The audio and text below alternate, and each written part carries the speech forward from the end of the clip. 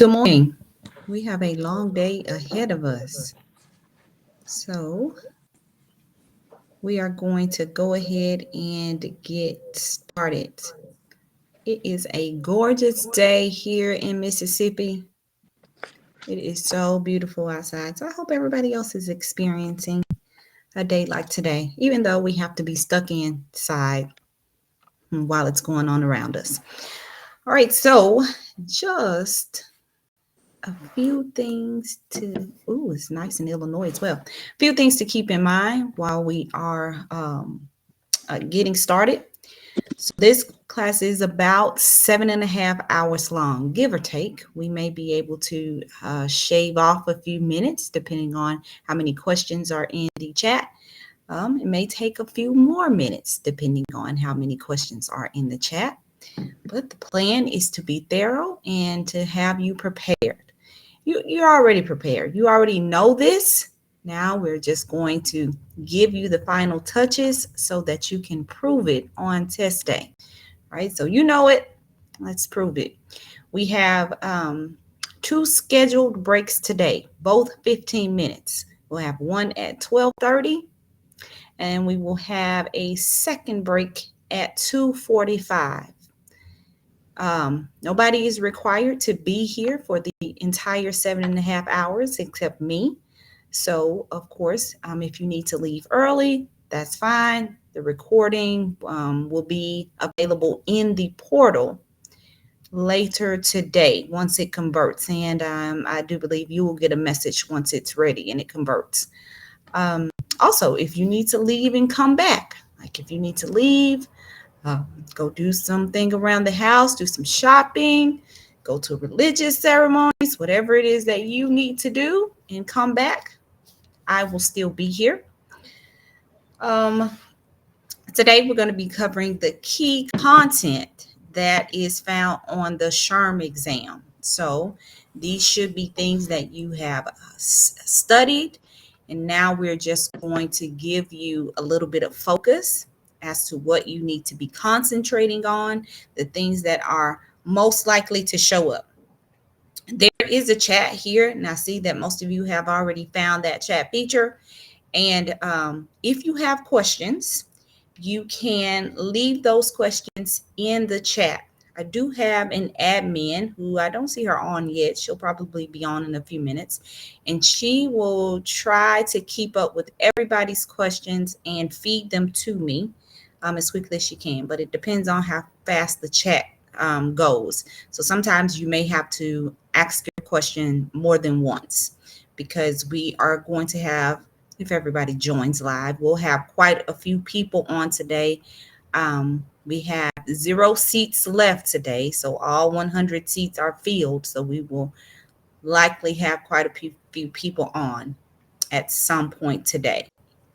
All right, so let's just, depends on how fast the chat goes, how many of those questions I can see.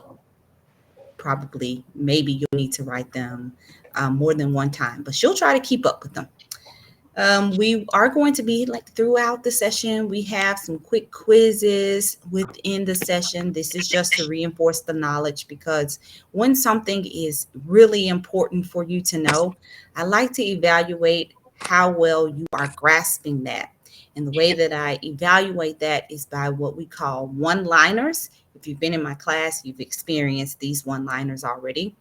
And these one-liners are just quick little quiz questions to help me evaluate if everybody is on the same page.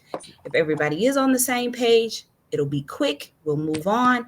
If I get varied answers, a lot of varied answers, then we may have to spend a little bit more time on certain topics. But go ahead.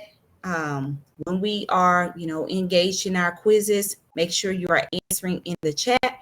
It is very helpful to me to know how well everyone is grasping everything. Oh, I'm getting a sign that I have weak internet network right now. So what I'm going to do is turn off my camera, which usually helps with the service. I don't want it to be any kind of in and out. All right. So I do believe that that is all the housekeeping that we have to go over. I will, or my admin, I should say, will keep up with the time. I will make sure that those breaks, those scheduled breaks, are adhered to, and you have some time to recuperate and some time to rest. Right? I don't believe that there is anything else, so we are going to go ahead and get started. Let's start with what you should be seeing on your screen, which is the acronym for CRAM.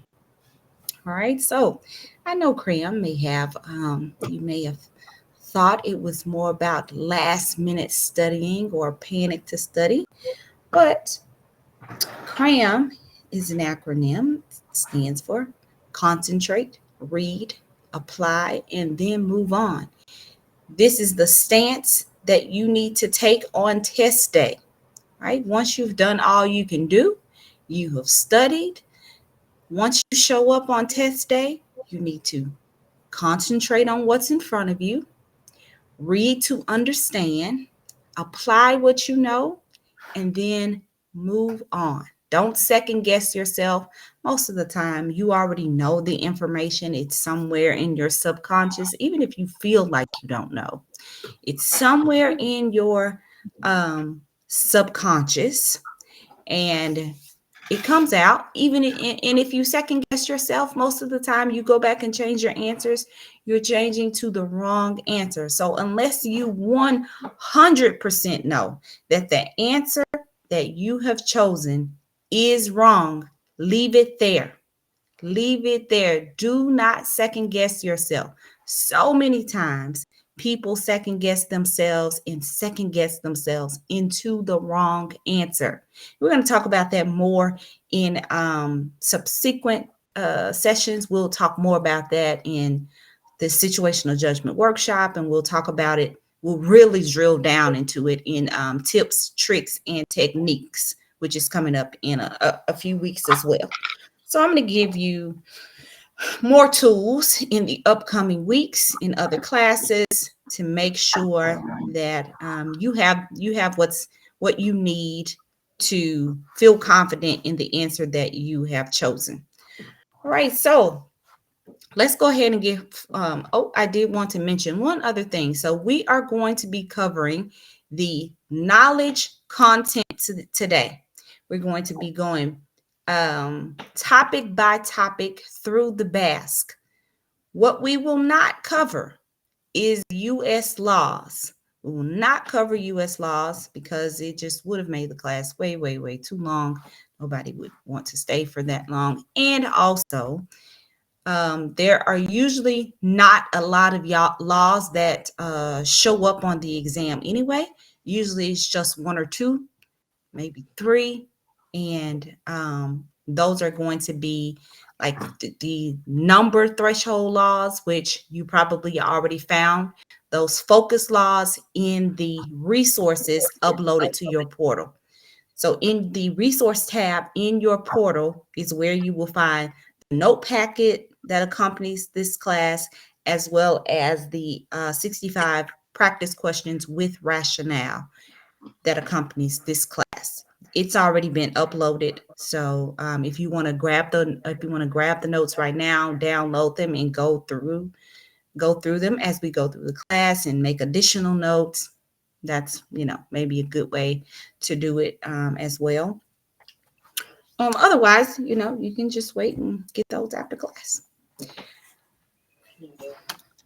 All right, let's go ahead and jump in. I'm going to start with leadership. So we're working through the competencies. Once we cross over to the knowledge domains, I will let you know. All right. So, but the last competency will be analytical aptitude, just in case I forget to let you know. But I'll try to remember once we cross over to the knowledge, then I will make a note of it. All right. Leadership is the art of motivating a group of people to act toward achieving a goal that has been set by the leader.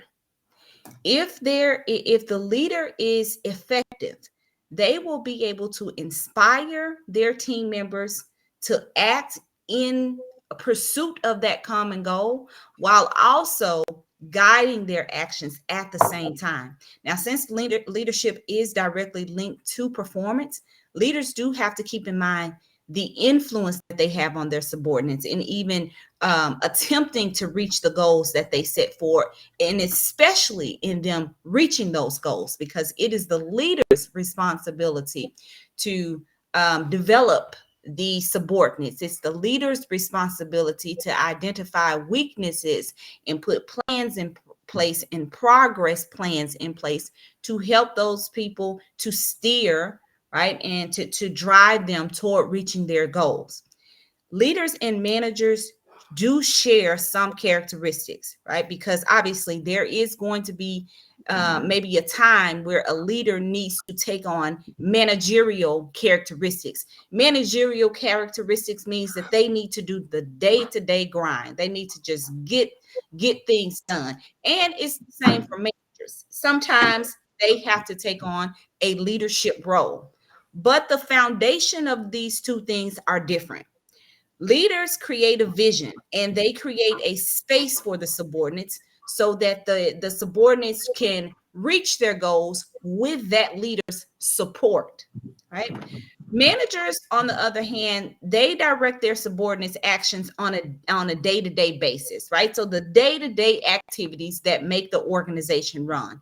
Now, in some instances, a manager is a good fit. Other times, you are going to need a leader, right, in the space, because the leader creates the space for the people to perform at their best, while the manager directs the way that they perform. So when you have an effective leader, the person is in the driver's seat, like the team member, the subordinate, they are in the driver's seat, right?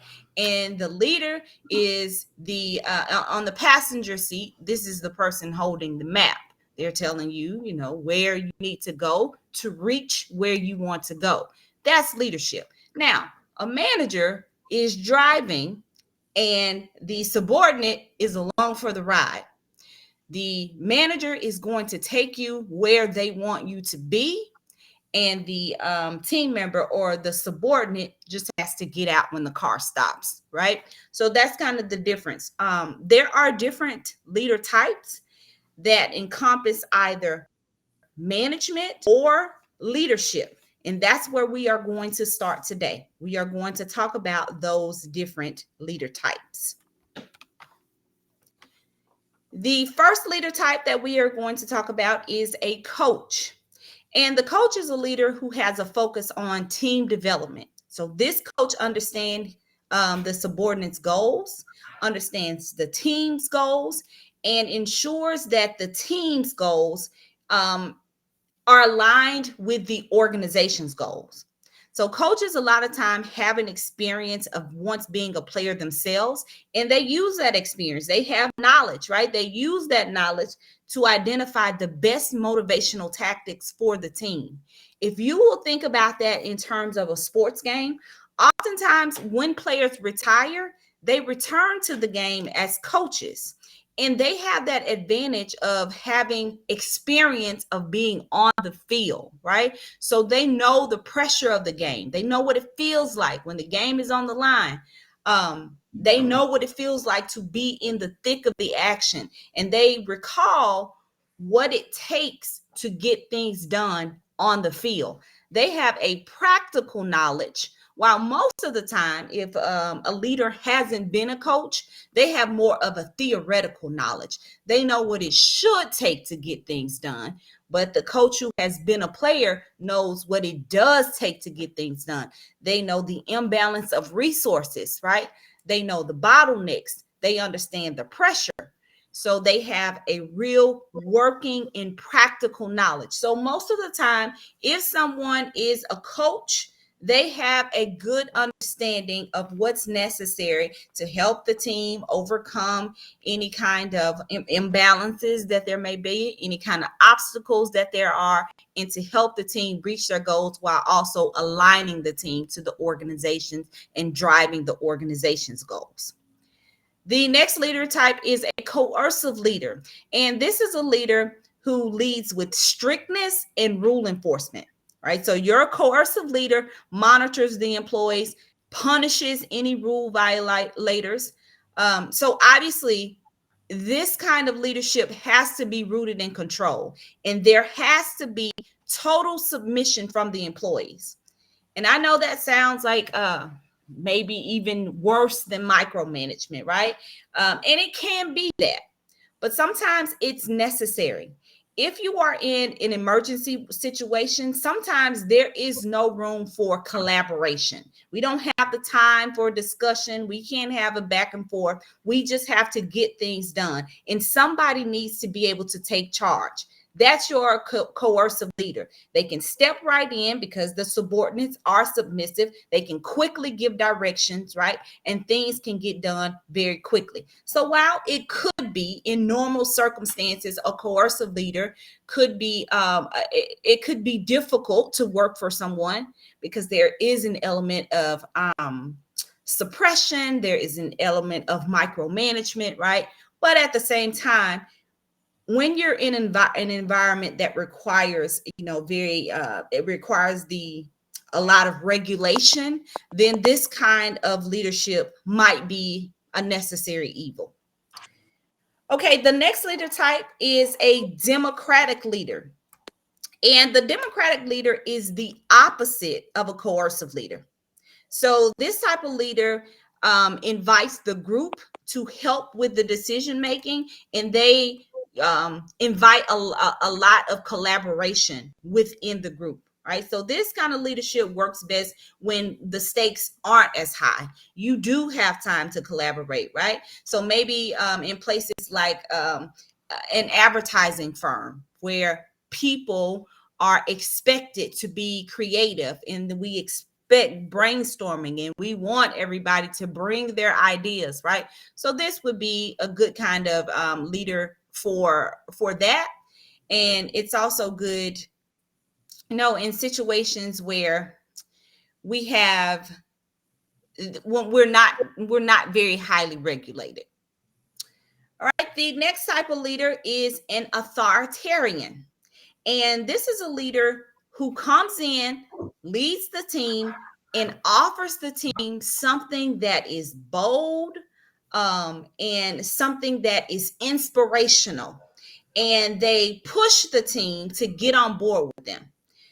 This is an effective leadership type in a team that is unstructured, or the roles, the responsibilities, or are ambiguous, right? And then this authoritarian, they can step in, they can give everybody direction in the team, and they can push the team members to take risk to get things done, right? So this is a very good leader type when we have an organization that is maybe in its infancy, could be a startup, or a place where there's no structure, a place where production is failing, right? Or where we don't have real missions, or we don't have goals that we're trying to reach. And then this team member can come in and provide structure to everybody, and then get everybody on board with their vision. The next leader type is an affiliative leader. The affiliative leader motivates the team by creating a sense of urgency, but a sense of harmony and a sense of loyalty to the team and also to the leader. So this leadership type is effective if you have maybe a low morale within the team. So it's good for morale boosting. It can work especially well where you have maybe issues of employee relations issues, or you have employee engagement issues, or you don't have a harmonious team, right? The leader does have to be careful in this instance, though, because they are building a team that is based on loyalty, that is based on harmony, not a lot of friction within the team, right? And so they have to be careful, because any little bit of friction can cause the team to go into a frenzy. If the leader maybe needs to correct the team member, that team member can feel betrayed, and the bonds can start to break down. And then there starts to become confusion within the team. That confusion is not characteristic of the team. So the team members start to feel worried, right? Which in a normal team, I wouldn't say normal, if in a team that is not built on maybe the affiliation or those bonds, if something goes wrong with it within the team, then it's no big deal, right? If team members are, not getting along, or if the leader needs to correct someone, then it's no big deal. Think about that from, maybe in a coercive leader. This is a leader who always imposes their will on someone else. They're probably always correcting somebody else. So it wouldn't be a big deal if they needed to make a correction. But if you build your team on harmony and peace, and this is what they've come to expect, this kind of friction might mean bad news to them, or they may see it as bad news, right? And so it could create some employee relations issues in that sense. And our final leader type is a pace setter. And pace setting leaders set an example for high performance and high quality, right? So this is a good approach if you have a deadline to meet, right? Or if you're trying to reach a short-term goal. But in the long term, it might be detrimental to the team, right? It might cause employee engagement issues, because imagine having a leader that maybe your leader works excessive hours, or they are a perfectionist, right? And they expect the team to follow that. If the team member's work style is different, if your leader is a type A personality and you are not a type A personality, then it could be a little bit difficult for the subordinates to match that leader, right? So they may be setting a pace that does not allow them to speak to the subordinates' natural ability, right? Or their natural style. And so if they are expecting the subordinates to follow their pace, it could create some issues. So you just have to be careful, if you are a pace setting leader, that you are setting a pace that is comfortable for the team, not just a pace that is comfortable for yourself. And it's okay to expect high quality. It's okay to expect, your team members to follow your pace, or to set expectation of high performance. But you have to make sure that you understand all of the team members' ability, work within that. And then also, if you have some abilities don't reach your expectations, that you have things in place, coaching, development programs, training, to help get them up to speed before you introduce those expectations. All right, so our leader types. I didn't see any questions here. So we're gonna keep right on going, because we in leadership, and we are going to be talking about our basis of power. All right. Every leader's power from somewhere. Somehow they were given the authority to lead. It was extended to them in some way. And there are 5 bases of power that we are going to talk about. All right. So we have coercive, and then there is reward. We have legitimate, and then there is referent. All right. So let's do coercive and reward first. You remember we talked about the coercive leader type.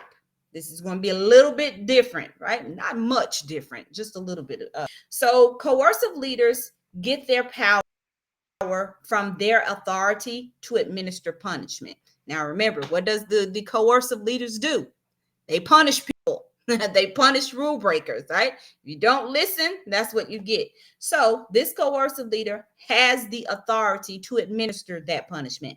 Maybe like a police officer, right? The police, they have the authority to issue us citations, or in extreme circumstances, maybe to even detain us, because we recognize that they have that authority. In certain instances, we may be, bigger than the police officers who are giving us direction, but we don't have the same level of authority. So what is driving us to listen to them is because they have an authority, right? Even if we, have the strength or the ability of the power or the power to disobey them, because someone has extended them an authority that we don't have. All right. Is a reward. I'm sorry. The next basis of power is reward. A leader who uses reward as their basis of power extracts their ability to offer something that is valuable to the team members. Okay, so keep that in mind. They have to offer something that is valuable to the. So if you are extracting your power from offering a reward, you have to have enough resources available to you to keep your power. Because if you're only using your basis of power and the resources run out, can't continue to offer that reward, then you lose your authority, right? So most of the time, people don't rely solely on reward. Sometimes they use the reward basis of power to initially extract their authority, to establish their move into, something else, maybe most of the time a legitimate basis of power. And we'll talk more about that in just a little bit. It's just important for you to remember that if it's going to be a reward, if you're using reward as your basis of power, you have to have enough resources to authority, and you also have to have an understanding of your team to know what is going to motivate them. Because if you're offering reward to them and it's not a reward, then you have no incentive to do what it is that you are asking them to do if they don't want what you're offering. So have to be very careful with that. The next basis of power that we talk about is a legitimate basis of power. And a legitimate basis of power is given through some kind of formal structure.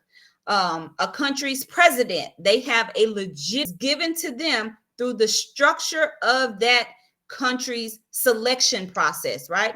Or if you have a CEO of a company, they have a legitimate extended to them through that company's selection and hiring process.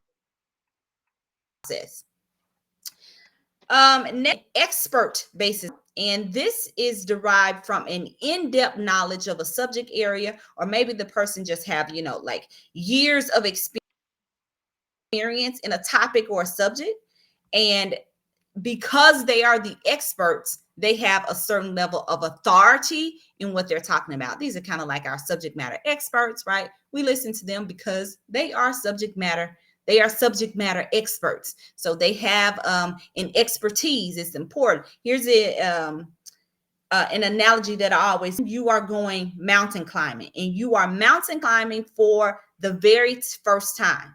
They're going to give you a mountain climbing guide. You depend on that guide to lead you. You are going up the mountain, down the mountain, just the way you went, right? So while you are climbing that mountain is the leader. They have an authority because they are experts. These are the people that you are depending on to keep you safe. Now, the thing about expert bases of power is There, have you ever heard that saying, like the student becomes the teacher, right? When the student becomes the teacher, the power is eroded.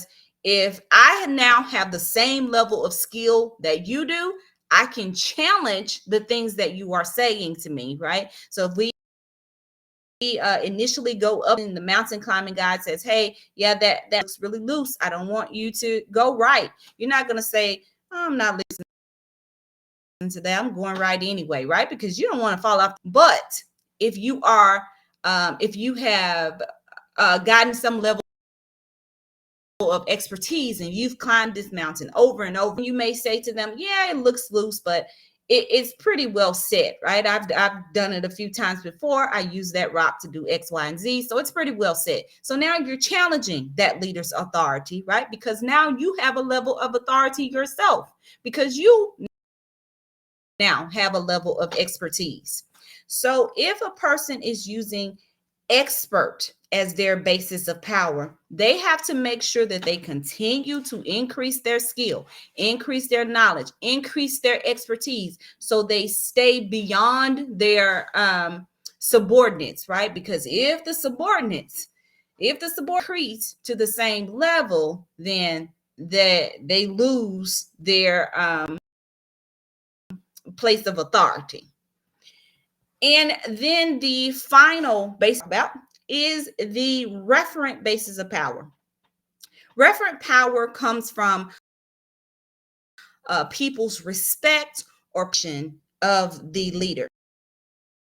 So this is the kind of that you allow to lead you because you admire something about them, right? Maybe it is, you see as a person that treats people fairly, they have a high level of integrity. There are all kinds of reasons. Sometimes people just have, you like the way that they look, you like the way that they sing, you like the way that they have this level of authority because of whatever it is that you admire about that person, right? For referent power, if you have given someone authority, or authority has been extended because you like something or admire something about a person, if that person violates what you like about them, then they lose their basis of power. So if there is referent power because you believe that, but then they lie to you, then their power starts to diminish a little bit, right? So you just, all of these bases of power have pros and cons, right? Most of the time we like to couple the bases of power so that if one erodes, you have another. So if you have a leader, right, that maybe has a referent power, but you found out they lied to you, but they are the CEO, it doesn't really matter if you like them or not. They have a legitimate power, right? You have referent power for them. If you can, whether or not you continue to have referent power for them, doesn't really matter because they have a legitimate power. So most of the time, nobody relies on one power basis. It's coupled with another couple of power bases. All right. Any questions about our bases of power?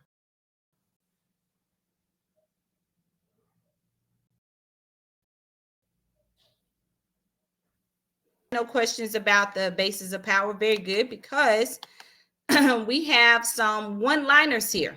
These one-liners are going to describe one of the bases of power that we've just talked about. So this is a quick check. I need to know if you have a firm understanding of the basis of power and how leaders come into power. So quick check here.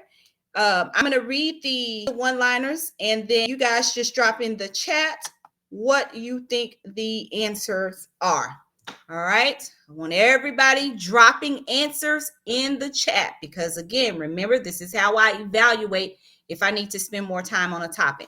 So let's look at number one. The department supervisor PTO policy. The the department supervisor implements a new PTO policy?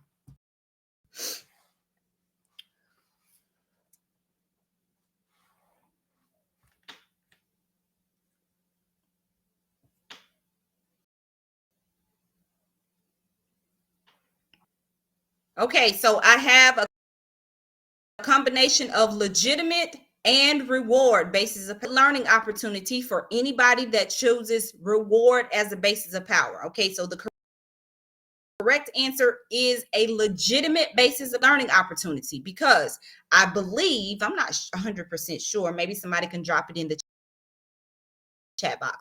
I believe that anybody who chose reward probably chose reward because it says that there was a new PTO policy implemented, are coming in with preconceived notions that the PTO policy, the implementing of a new PTO policy is something positive. And we don't know that. From this question, we don't know whether it's positive or negative. All we know is that the policy is new. The new policy may be taking back some of the PTO days that are extended to the person. So we can't say this is a reward because we don't know if they are being rewarded. They may have something taken away from them. So what we do know is this is a supervisor, and because they are a supervisor, they have the authority to do supervisor things. That means they can implement a new PTO policy, whether it is positive or negative. We don't know. What we do know is they have the authority to do so, given to them by the company. All right. So if you chose reward as the basis of power, drop it in the chat for me. Don't be shy. We're all learning. Drop it in the chat for me why you chose the reward basis of power. So as we are, continuing to get through everything, let me know if it was because the PTO. Okay, very good. All right. Okay, so you saw thought PTO was good. Okay, very good. Okay, so let's keep going then. All right. Next, the CEO is to employees who hit targets.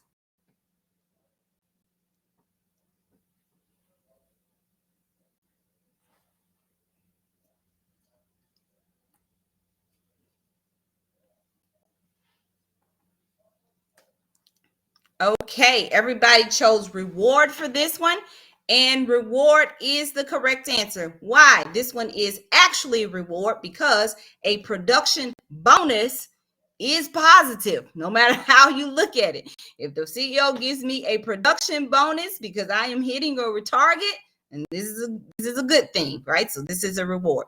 All right, next, a park ranger suspends a visit because the visitors are disobeying park rules. Okay, very quickly, everybody chose coercive, and that is the correct answer. Let's go to the next one. An IT manager is the project leader on the development of a new training app.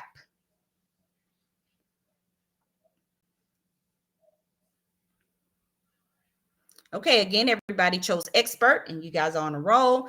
This is our final one. Chloe's younger sisters always listen to her advice because they really look up to her.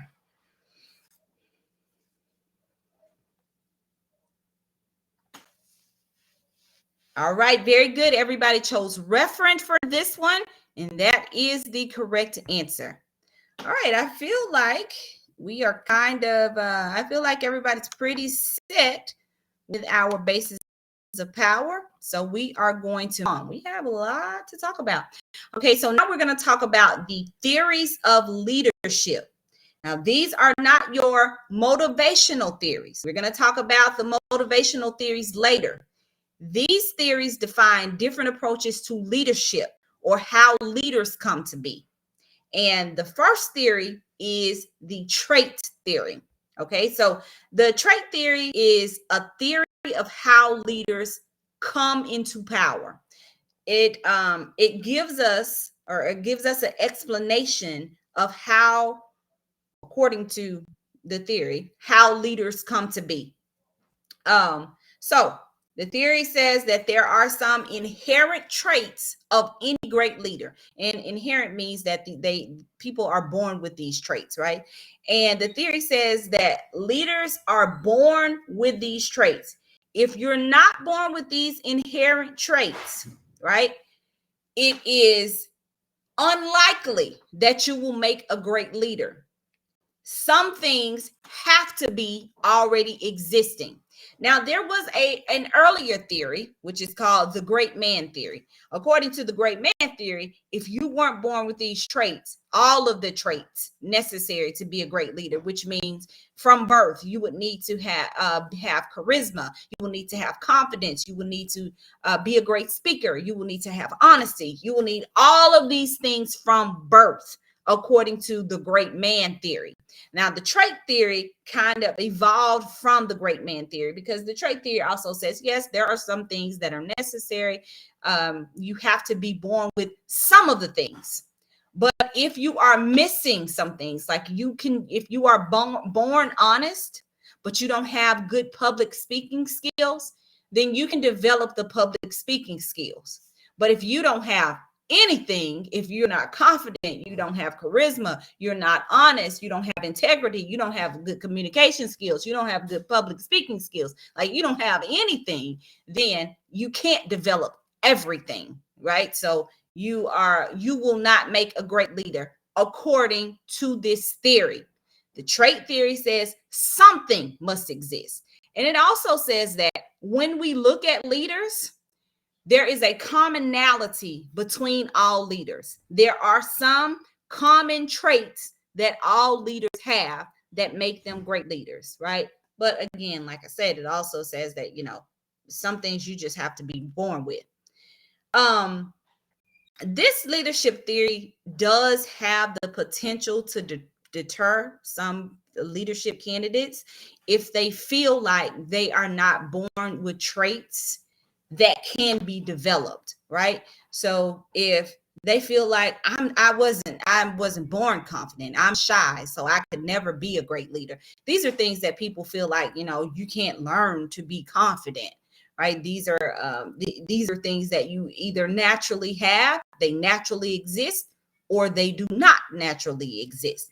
So if a person sees that in themselves, if they are shy, then they say, okay, I wasn't meant to be a leader.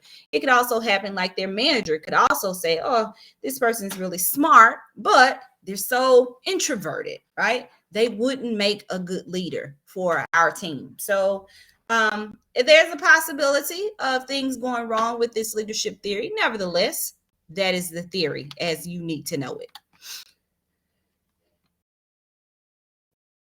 All right, moving right along. Hersey Blanchard situational leadership theory. All right, so the Hersey Blanchard theory defines a situational leadership approach in which a leader would adapt his or her style of leadership to suit the ability and to match the stage of their subordinates, right? So this, you can see here on the screen, it kind of has like this matrix or this grid, and it describes 4 different leadership approaches.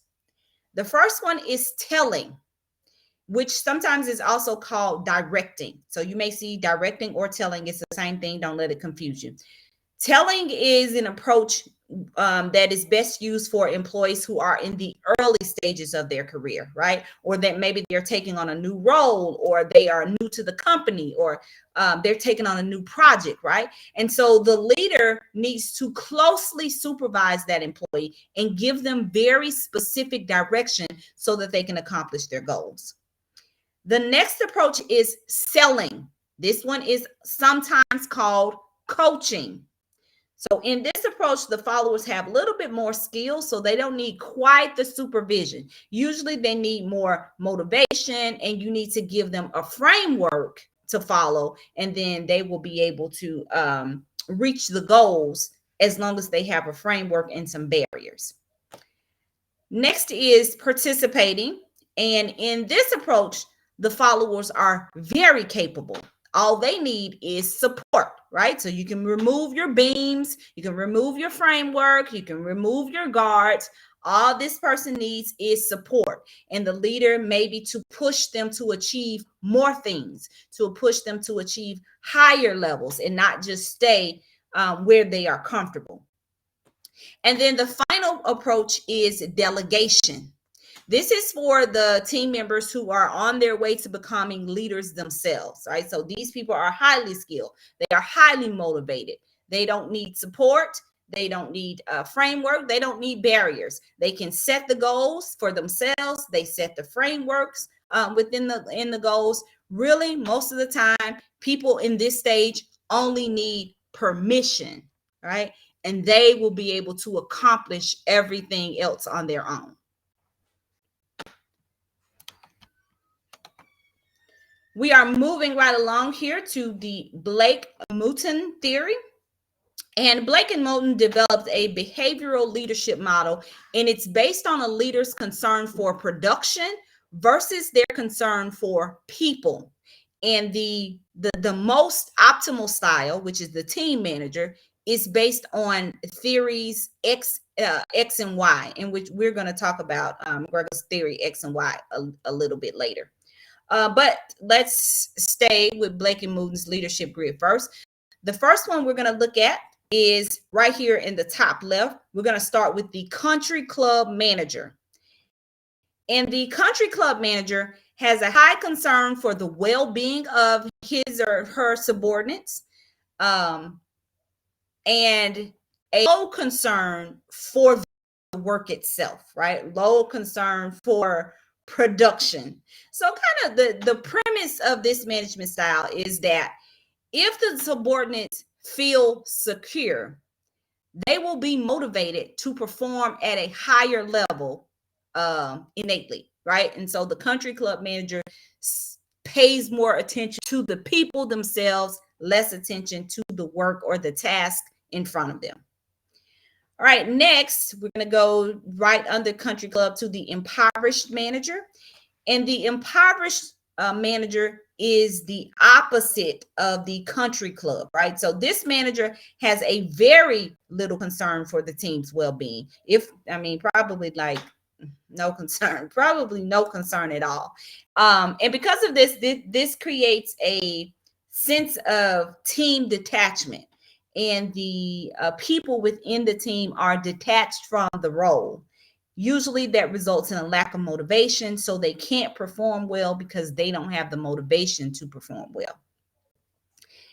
Next is the middle of the road manager, right? So I know it's in the middle, so it may seem like this would be the perfect balance, but not necessarily, right? Because your middle of the road manager tries to half manage both concern for people versus their concern for production. So they have one foot in, one foot out. Usually it results in them dropping the ball in both areas, right? So it may seem like middle of the road, which would be where you want to where you would want to be, not necessarily. All right. The next one we're going to talk about is an authoritarian. The authoritarian is like a no nonsense, no compromise kind of manager. This kind of manager expects their subordinates not to ask them any questions, to just simply get the work done, do what they say. They have a high concern for production and low concern for people. So you see here in the impoverished manager, they don't care about people or production, right? They don't care about either one of them. You can see here the authoritarian cares about getting work done, just doesn't care about the people who are doing the work. Okay, so finally is the team manager. This is what the managers should be aspiring to be, right? So these are managers who are able to manage a high concern for people and a high concern for production. That results in a high performing team. This is what theories X and Y are based on, right? So this is where we should be trying to get. This is our most optimal style. I always think of this though when, now this is not something that Sharm says, this is what I'm thinking of myself. I always think of this though as like, if you constantly have a high concern for people and high concern for tasks, it should lead to burnout, right? So because you're always running full throttle. It seems like middle of the road would, in my opinion, would be most optimal. But according to Sherm, the team manager is most optimal. Okay, so forget my opinion. You guys go with what they say.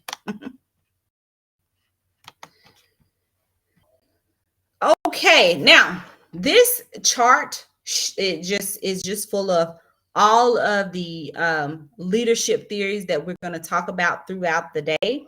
I decided to just put it in this one chart because it's easier this way. I also added this chart in your notes. It's easier this way because these leadership theories don't necessarily need a chart for you to follow them. While the other ones that we talked about, they needed a chart. You need a visual. You need to look at them to understand, what I'm talking about. These don't necessarily need a chart, so I decided that I would include these in one slide. So let's talk first about Fiedler's contingency theory. All right. Fiedler's contingency theory explains how leaders can be most effective. And the effectiveness of the leader is contingent upon how well the leader's style fits the situation. So Fiedler says that all leaders have a natural style of leadership. It is natural to them. It is either task oriented or it is relationship oriented. And there is no universally best leadership styles. The leader has to match their style to the circumstance, or they need to adjust the circumstance to their style. So if a situation is maybe it is unstructured and it is chaotic, right? A task-oriented leader can easily step into a situation like that and they can provide structure. But if a situation requires strong relationships, right? There's no harmony within the team, and it requires like a nurturing of the people. A task-oriented leader is not going to work well in that situation. You would want a relationship-oriented leader to come in and change that situation, right? And vice versa. So, according to Fiedler's, the leader needs to either match their style to the circumstance or turn the circumstance into something that matches their style. And that's the contingency. All right, next is the path goal theory. And the path goal theory is the idea that a leader's actions guides the action of the team. It outlines 4 leader behaviors: achievement, directive, supportive, I always forget the last one, and participative, right? So according to the theory, employee motivation depends on leadership support, and it depends on that leader's ability to effectively manage the team's challenges. This one comes from Vroom's motivational theory, and we're going to talk about Vroom's motivational theory a little bit later as well. But Vroom's theory says that people act a certain way based on their expectation of a valuable outcome. So this path goal theory says that the leader has to create a path for team achievement. An achievement-oriented leader is going to focus on like setting goals that push the employees, right? Setting goals that challenge them so that they can push themselves to get to their highest level. If you have a directive leader, they are going to give clear direction. They're going to give guidelines. A supportive leader focuses on the well-being of the employees. And then a participative leader collaborates with the subordinates, right? So it's up to the leader to create the clear path for the team.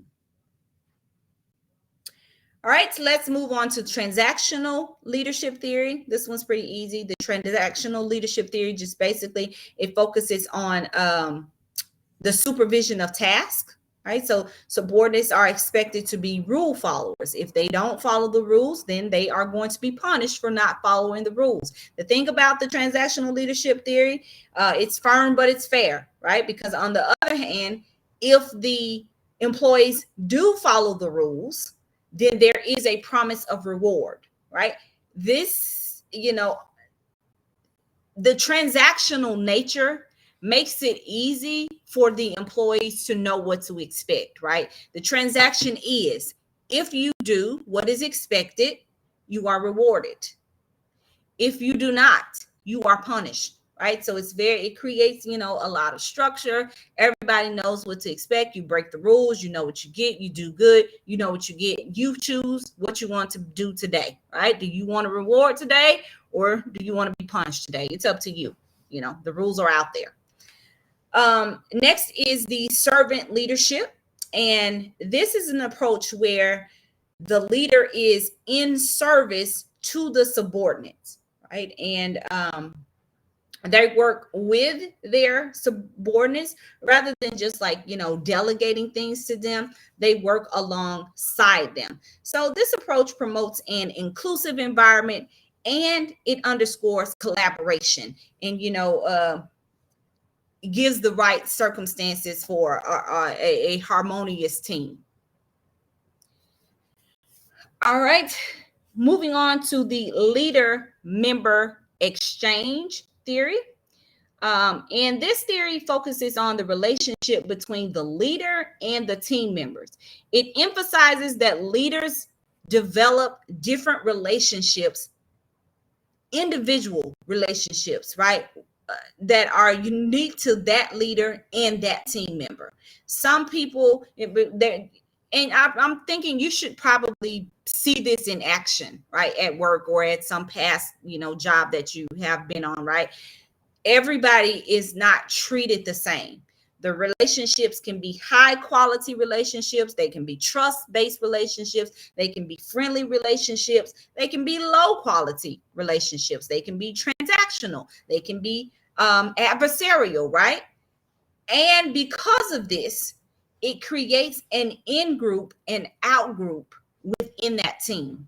Your in-group are, the people who have the high quality relationship with the leader. So they get more trust, they get more support, they get more opportunities, they get more rewards. These are the people who get like the assignments where they have the opportunity to showcase their skills, and they have the opportunity to shine and be in front of the leaders, right? And then there are the out group members. So these are the people who have the lower quality relationships with the leader. They have less interaction with the leader. They don't have as much support. They have fewer opportunities, right?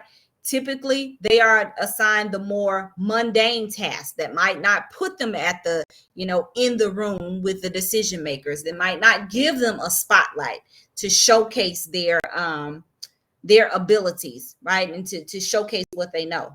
But the theory says that the quality of the leader-member relationship impacts the team performance. It impacts employee satisfaction, and it impacts the organization's outcome. So obviously your high quality relationships, because they are, built on trust, and they do get those opportunities. These people are going to be able to drive the organization more because they have more opportunity to drive the organization, right?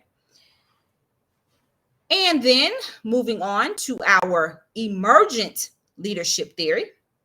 The emergent leadership theory explains how some people naturally become leaders in a group because they exhibit behavior or some kind of qualities or skills that paint them as a leader in the eyes of that group, right? It's not because they have been formally appointed, right? Not through any kind of formal structure. They're not like the CEO or president or anything. Their influence, their authority has it comes from the group's willingness to follow them because of the qualities that they display. And even without that official title, they have a really strong influence over that team, right? And the team chooses to follow them.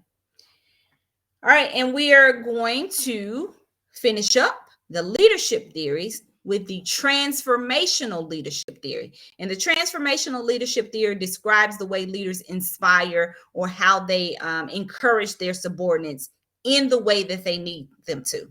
So this leader creates a vision of the future and challenges the employees to take part in that vision. I always think about like those sports movies.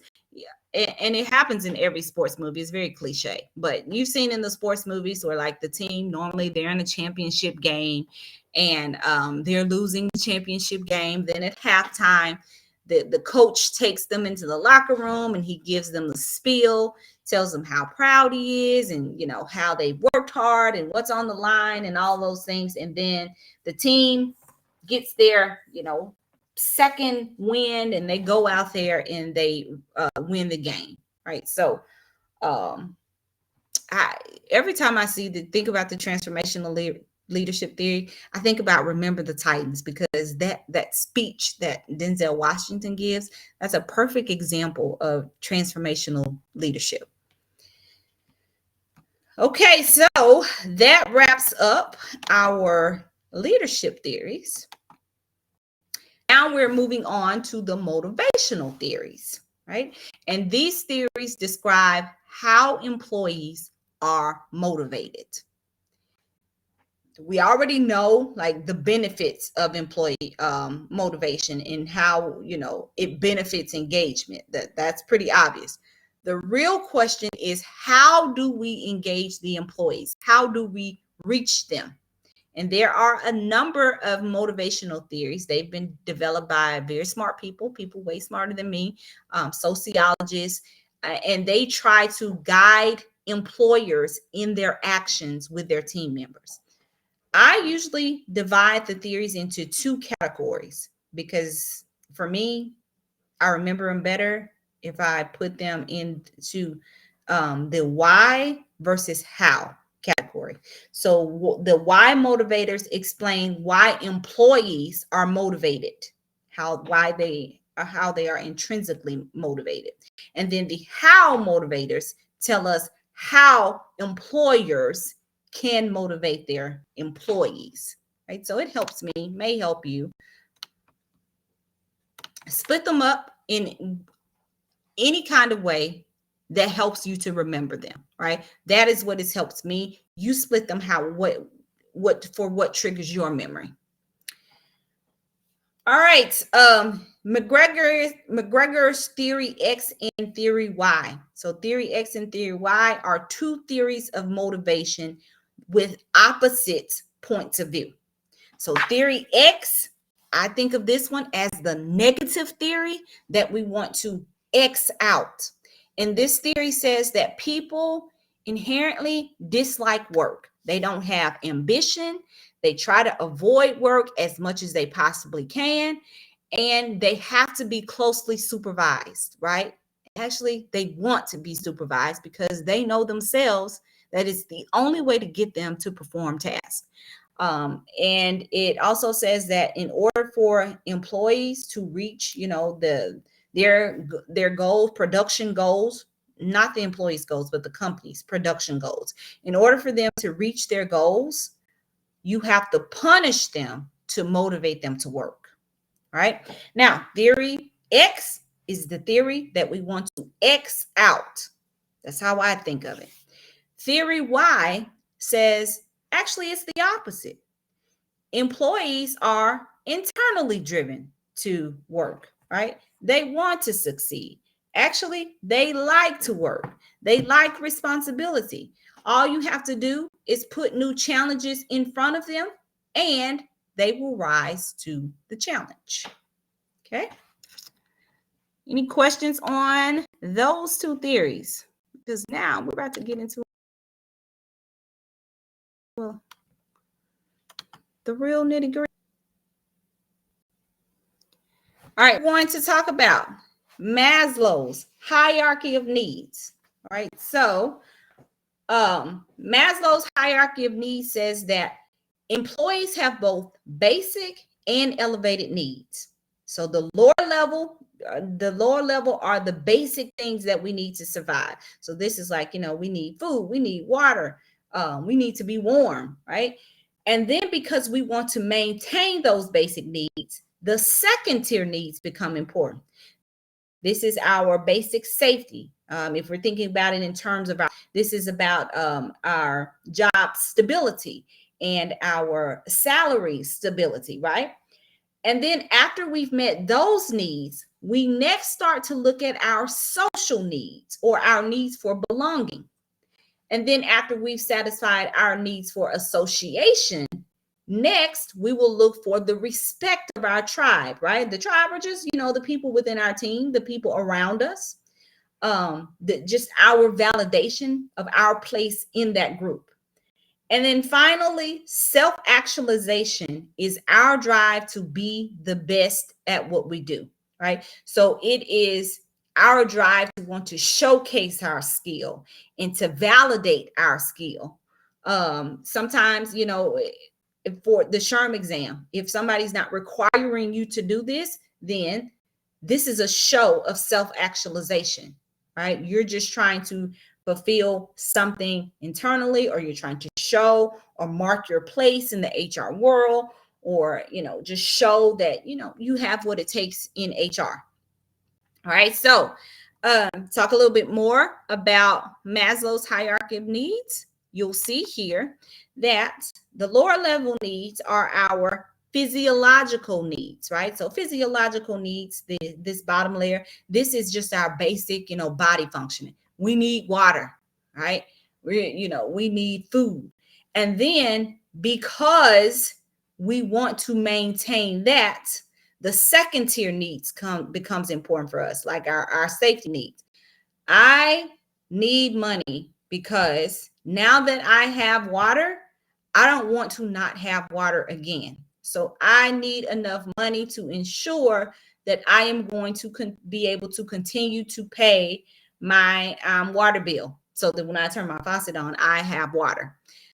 Then after securing this, the next thing becomes important to us is our social needs, right? So we want the people around us to like us, to be friends with us.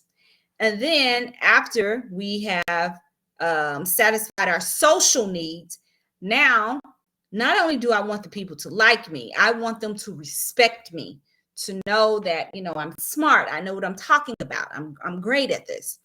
And then finally, self-actualization needs. This is us not just wanting people to respect us. This is our drive to prove that we deserve that respect, right? To prove that we are the best. Nobody can challenge it because there is proof in the pudding, right? So Maslow says that these needs have to be met on a hierarchy.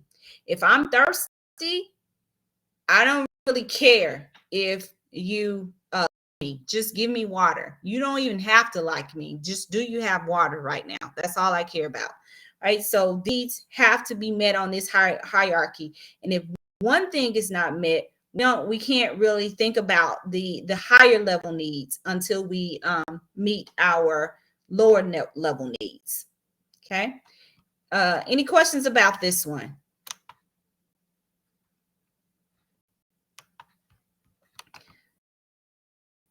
Okay, good job. I haven't missed any questions in the chat. So good.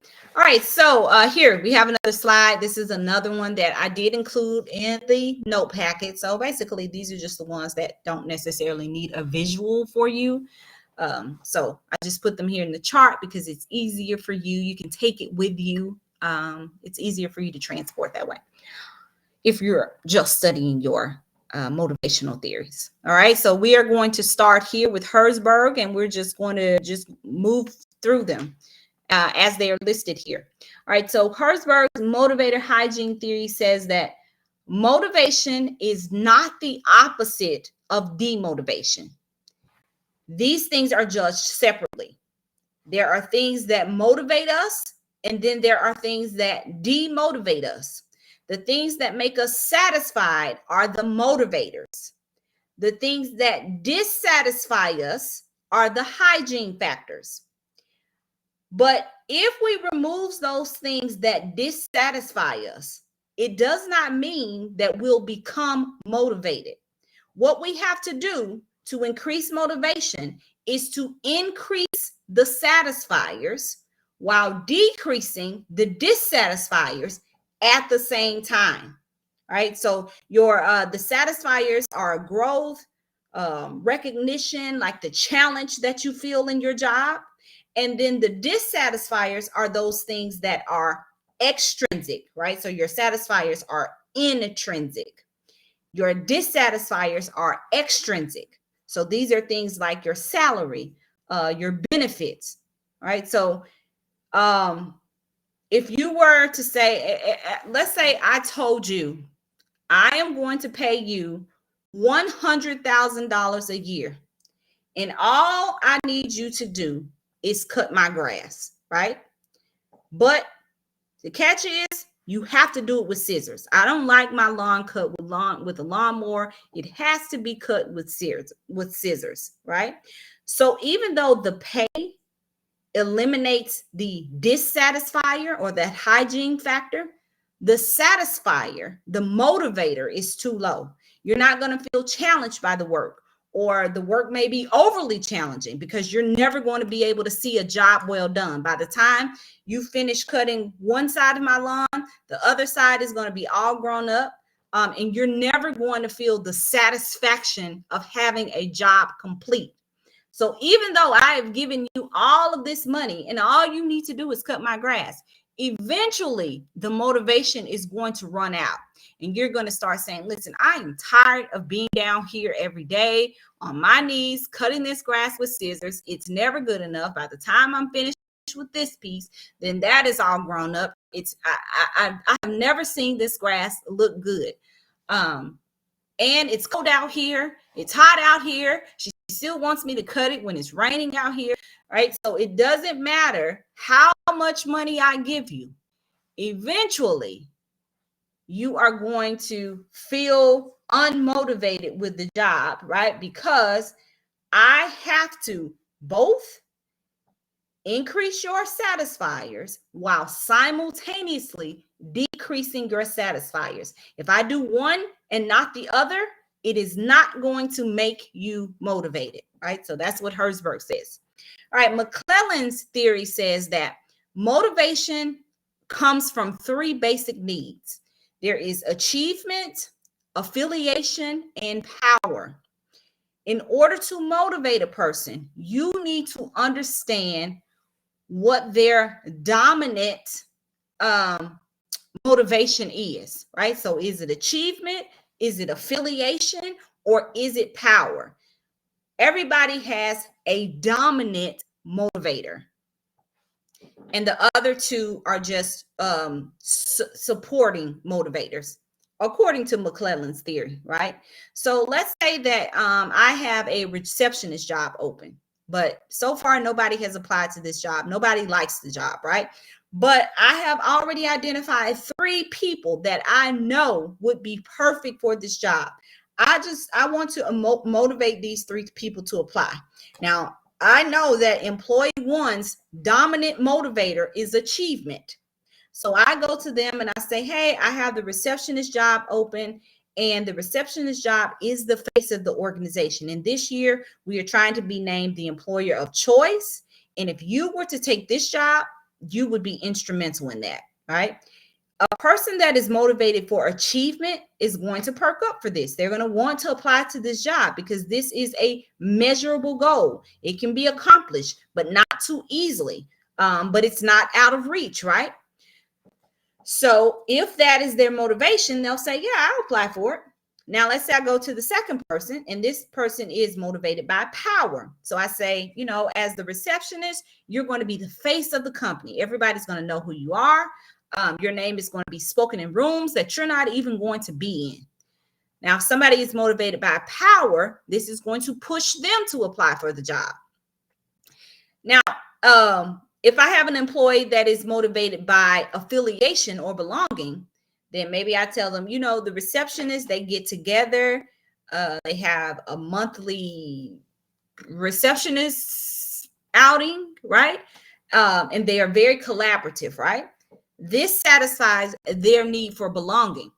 So if I want to get these employees to apply, I don't have to lie to either one of them. I just need to speak to the aspect of the job that most appeals to them based on their dominant motivator. Of course, you have to know what the dominant motivator is. So you have to know, who your employee is. Okay. All right. Let's go to Locke's goal setting theory. It says that people will strive to complete goals if they have a hand in setting those goals. And it also says that goal setting works best when you have consistent feedback, right? Because now you know what you need to do to keep on track. This one is kind of because it according to Locke's theory, the key to reaching goals is that goals have to be specific enough that your brain registers what success is. If you set a general goal like I want to do my best, that is not enough to help your brain to recognize what you're reaching for. So you have to be specific in your goal setting. Instead of saying something like, I want to be my best, you need to attach numbers and you need to attach deadlines to it, right? So instead, your goals have to be like, I am going to be the best recruiter by hiring 10 employees this month. So that when you hire 10 people in the month, your brain says, oh, yes, I accomplished that goal. I am now the best, right? That gives you a measurable goal. That way, your manager can give you specific feedback that is linked to that goal. If your goal is just to be the best, your manager can't be like, okay, well, you're not the best because what is the best? Why aren't I the best, right? I may think I'm the best, and then my manager comes along and says, you didn't quite reach it. You're not the best. And then you lose motivation because I thought I was the best. What do you mean? But if I say the best means hiring 10 employees and I hire 9, if my manager comes and says, well, you didn't quite reach your goal, there's no argument there, right? You already knew that you failed your goal. You already knew that, you weren't on target. So there is no ambiguity there, and you know what you're reaching for. Okay, next is Vroom's expectancy theory. And Vroom's expectancy theory, yes, this is a good point. Very good. Sharon says, would Locke's goal setting example be SMART goals? It very well could be. Absolutely. All right. So Vroom's expectancy theory is the only theory that I know of that is expressed as an equation, right? And the equation is expectancy times instrumentality times valence equals motivation. All right, so our expectancy is the belief that our best efforts will yield a good performance, right? Good performance to the people that we are performing for. They will think that we did a good job. And instrumentality, right? If they think that I did a good job, the belief that my good performance will yield a good result. If they think that I did a good job, I should be rewarded for that good job, right? So that's what instrumentality is. And then valence is the reward that they are giving me. I want it, right? I hold it to be valuable. It is something that I would like to have, right? So according to Vroom, all three of these things have to be present in order for a person to be motivated, right? If the expectancy is not there, then they're going to lose motivation. If instrumentality or valence is not there, then motivation is going to be lost, right? So sometimes this one is a little difficult to understand. So I'm going to give you an example of this. We're going to use the, let's use the, No, I think I'll use something different. We're going to go with the car washing scenario here. Okay. So let's say that I go to, let's see who's in here, Sharon. So I go to Sharon and I say, Sharon, if you will wash my car, I will pay you $500. And Sharon says, you know what? Not today, Angela. I'm not going to wash your car because the last time I washed your car, I pulled out my best skills. I got the tire shine.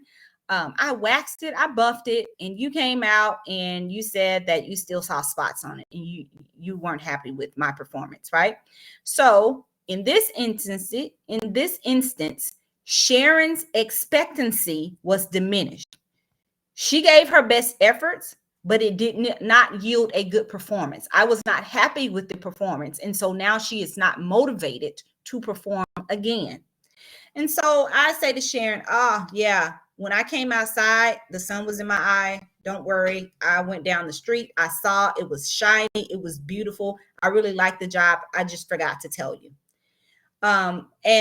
But so please just wash my car. And Sharon says, you know what? It wasn't really all about the fact that you said I didn't do a good job. I'll tell you what it's really about. It's the fact that you said that the last time you said I did a great job, but you did not pay me, right? You told me you were going to go get the money, but you never came back. In this instance, the instrumentality has been diminished. The instrument that I was using to motivate Sharon to action, the money never came through, right? So she gave a good performance. I agreed with her that the car looked great, but I did not give her money. So it did not yield a good result for her. And so at this point, she does not want to wash my car again, right? And so I say, oh, yeah, Sharon, the sun was in my eye. It was a lot happening that day. I went down the street. I realized that I had been hard on you. And I just got so distressed, I had to go get ice cream. So I forgot to come back and give you the money. But don't worry, this time I'm going to pay you for the last time, and I'm going to pay you for this time. And Sharon says, you know what? Actually, I was trying to let you down easily. I didn't want you to know. But to be honest, I stepped outside today, and there was $50,000 in a suitcase, under my garage. So actually, the reason that I don't want to wash your car is because I have $50,000 and I'm about to go to the mall. So in this instance, the valence has been diminished. It is the value. I want to pay $500. She already has $50,000. So she doesn't need my $500, right, to accomplish anything that she wants to accomplish. She can go to the mall with her $50,000. So there's no reason for her to do work for me to get the $500. So according to Vroom, all of these things need to be in place. The expectancy, the instrumentality, and the valence all need to be present in order for a person to be motivated to do the job. All right. Sharon said yes, $50,000. Sharon, you would have to turn that money in. All right, so let's go to Skinner's incentive theory. All right, so Skinner's incentive theory is, I think, the simplest of the theories. It basically says that employees can be incentivized to perform, and employers can either reinforce positive or negative behavior with these incentives. To drive motivation, you increase reward. You increase the reward that is linked to the behavior that you want from the employees. And then to deter certain behavior, you withdraw, right? The incentive, or whatever you are giving them, works best if it is financial, right? So if you can give them money, then they are more incentivized to perform. Okay, takes us to Alderfer's, the last one on this page, Alderfer's ERG theory. This one is similar to Maslow's theory, but it groups the needs into 3 areas instead of 5. And unlike Maslow, which bases the needs on a hierarchy, Algebra theory says the needs must be met simultaneously, right? And ERG is an acronym. It stands for existence, relatedness, and growth. Existence is similar to Maslow's lower level needs, right? So those needs of safety and those needs of security. The second, relatedness, is similar to Maslow's um, social, right, and the esteem needs, right? So in the workplace, it's like our need for acknowledgement, and it is our need to have sustaining networks, right? And then the last one, growth, it's similar to self-actualization. So it is our expectation of growth, and us being able to work toward development, work toward achieving something that is significant to us. So remember, these needs have to be met simultaneously, right? At the same time. So if people aren't motivated, there is a gap in one of these or possibly all three of these. Because if one of these areas isn't met, employees start to hyper focus on the other two. So if I feel like I don't have strong relationships, I also start to say, and also, I just really haven't had a raise in so long. There's not enough money here. And also, I wanted to be a supervisor by now. I haven't got a promotion and blah, blah, blah. All of these things kind of start to cave in. And now we are unhappy with everything, right? So they are different in that these things need to be met at the same time. Okay. All right, let's move along here.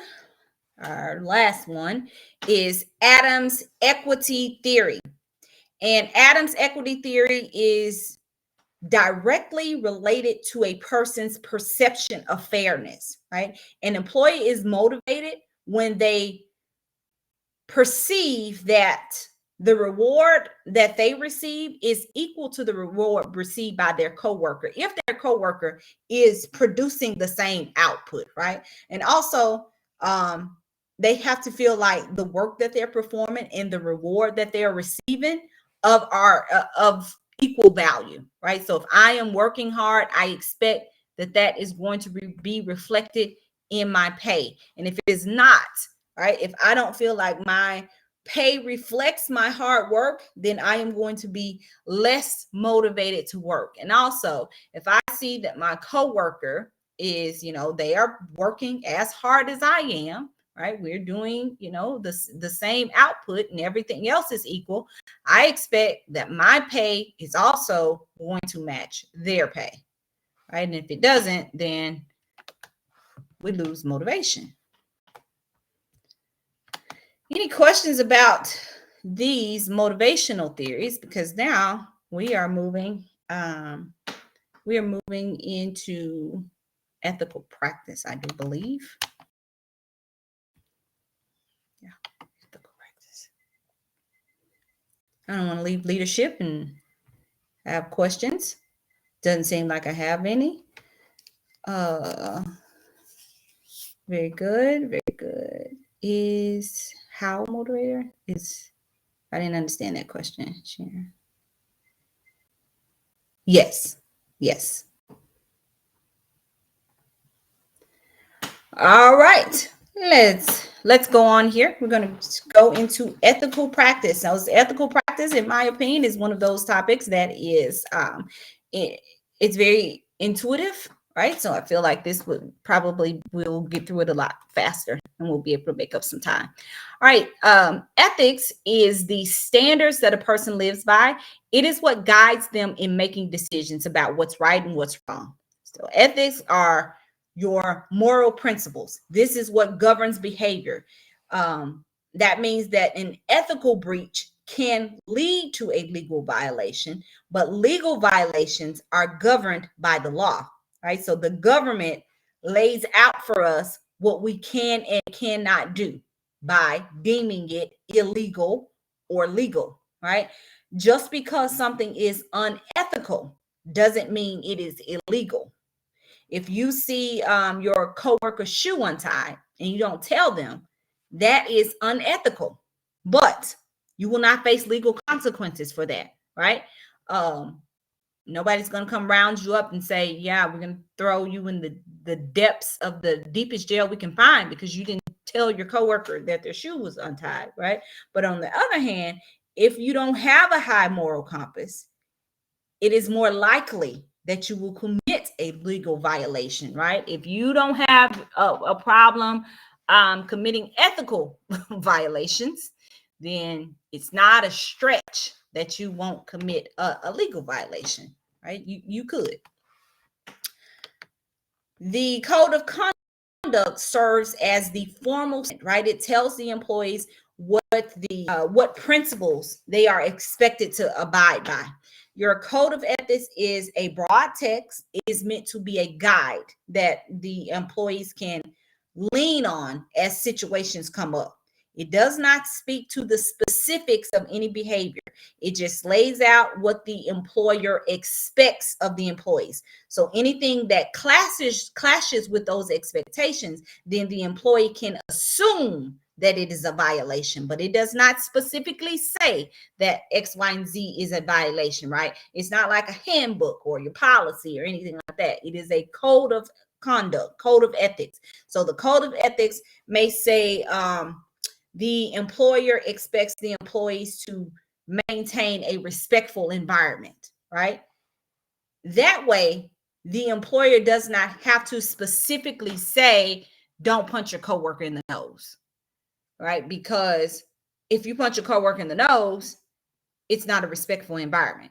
And so your code of conduct can be more broad to cover more things because, I mean, we could never just think of every single thing that a person might do, right? I wouldn't expect anyone to punch their coworker in the nose. So that is not something that I would write in like my handbook. I would say, don't punch your coworker in the nose. Don't pull your coworker's hair. Don't trip your coworker as they walk by. You're not going to write all of those things down. You can just cover it broadly, right, in your code of conduct. And so if something violates that you couldn't have possibly thought about, then it is covered under your code of conduct. Sorry about that. Okay. HR's role in maintaining an ethical organization is to demonstrate personal integrity, professional integrity, and to be ethical agents. Right. So personal integrity it's just, the actions that are characteristic of a personal nature. So that means being honest, upholding your values, doing what's right, even when nobody is watching, still doing what's right. Right. Professional integrity is all the things like what we do in our professional roles, right? So maintaining confidentiality. That one is, that's pretty, sorry about that. So maintaining confidentiality, that's pretty important because we have to safeguard our organizations. We have to safeguard their trade secrets. Like if there is proprietary information, we have to safeguard that. We have to make sure that the employees' information is safe, right? So that includes like reporting unethical behavior. That's important because we want to make sure that unethical behavior is identified and the people who are involved are either giving some training or they are terminated from the organization. However it is that is most appropriate to address it. Conflicts of interest, right? That's another one that we have to be cognizant of in our professional roles, right? Conflicts of interest happen when there is a clash between personal interest and professional responsibility. If I sit on a vendor selection board and one of the vendors that's up for consideration is one that my sister owns, right? There is going to be an obvious conflict there. Bribery, that's another one, right? So bribery is receiving or offering something that is valuable in exchange for a favor or in exchange for like maybe making a decision go the way that I want it to go. Again, this kind of it erodes your objective decision making, right? And it replaces it with a self-serving interest.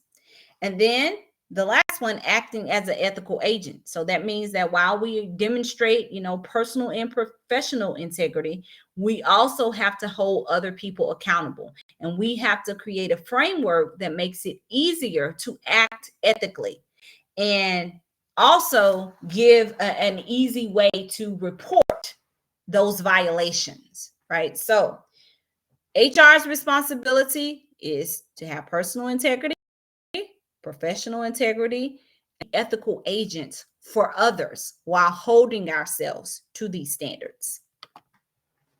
All right, so that brings us to inclusion and diversity. All right, so we've had some changes in inclusion and diversity. If you're studying from an older book, some of the things that I'm going to talk about may be introduced to you for the first time. So if you have like a 2024, 2023 book, this may be something new to you, may not be in anything you study. I'm going to try to cover it in depth so that at the very least you'll have this, right? So mostly I'm going to concentrate on the things that have been changed, triggered by the recent executive orders of President Trump. There were some things that we had to make changes to in inclusion and diversity. Hopefully I caught them in all the slides. All right. So in the past, before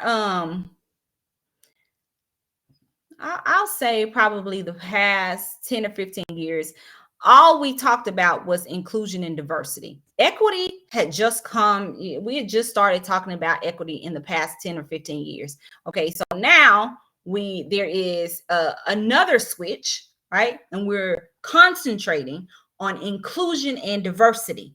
Inclusion, we are concentrating on more, right?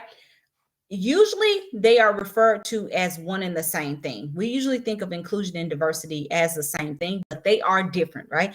Diversity is bringing people from different walks of life together, right? They have different backgrounds, they have different interests, different skill levels, all of those things. Inclusion is welcoming those differences and encouraging those differences and leveraging them to create the kind of workplace that we want to see. That's what we look for in inclusion. To underscore this, SHRM introduced the BEAM framework. BEAM stands for belonging, enhanced by access through merit.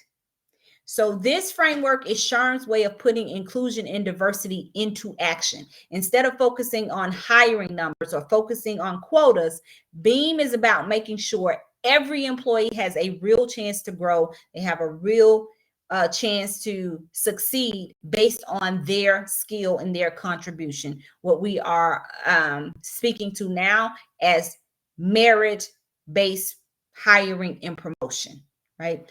So let's break this down by topic. We'll start with belonging.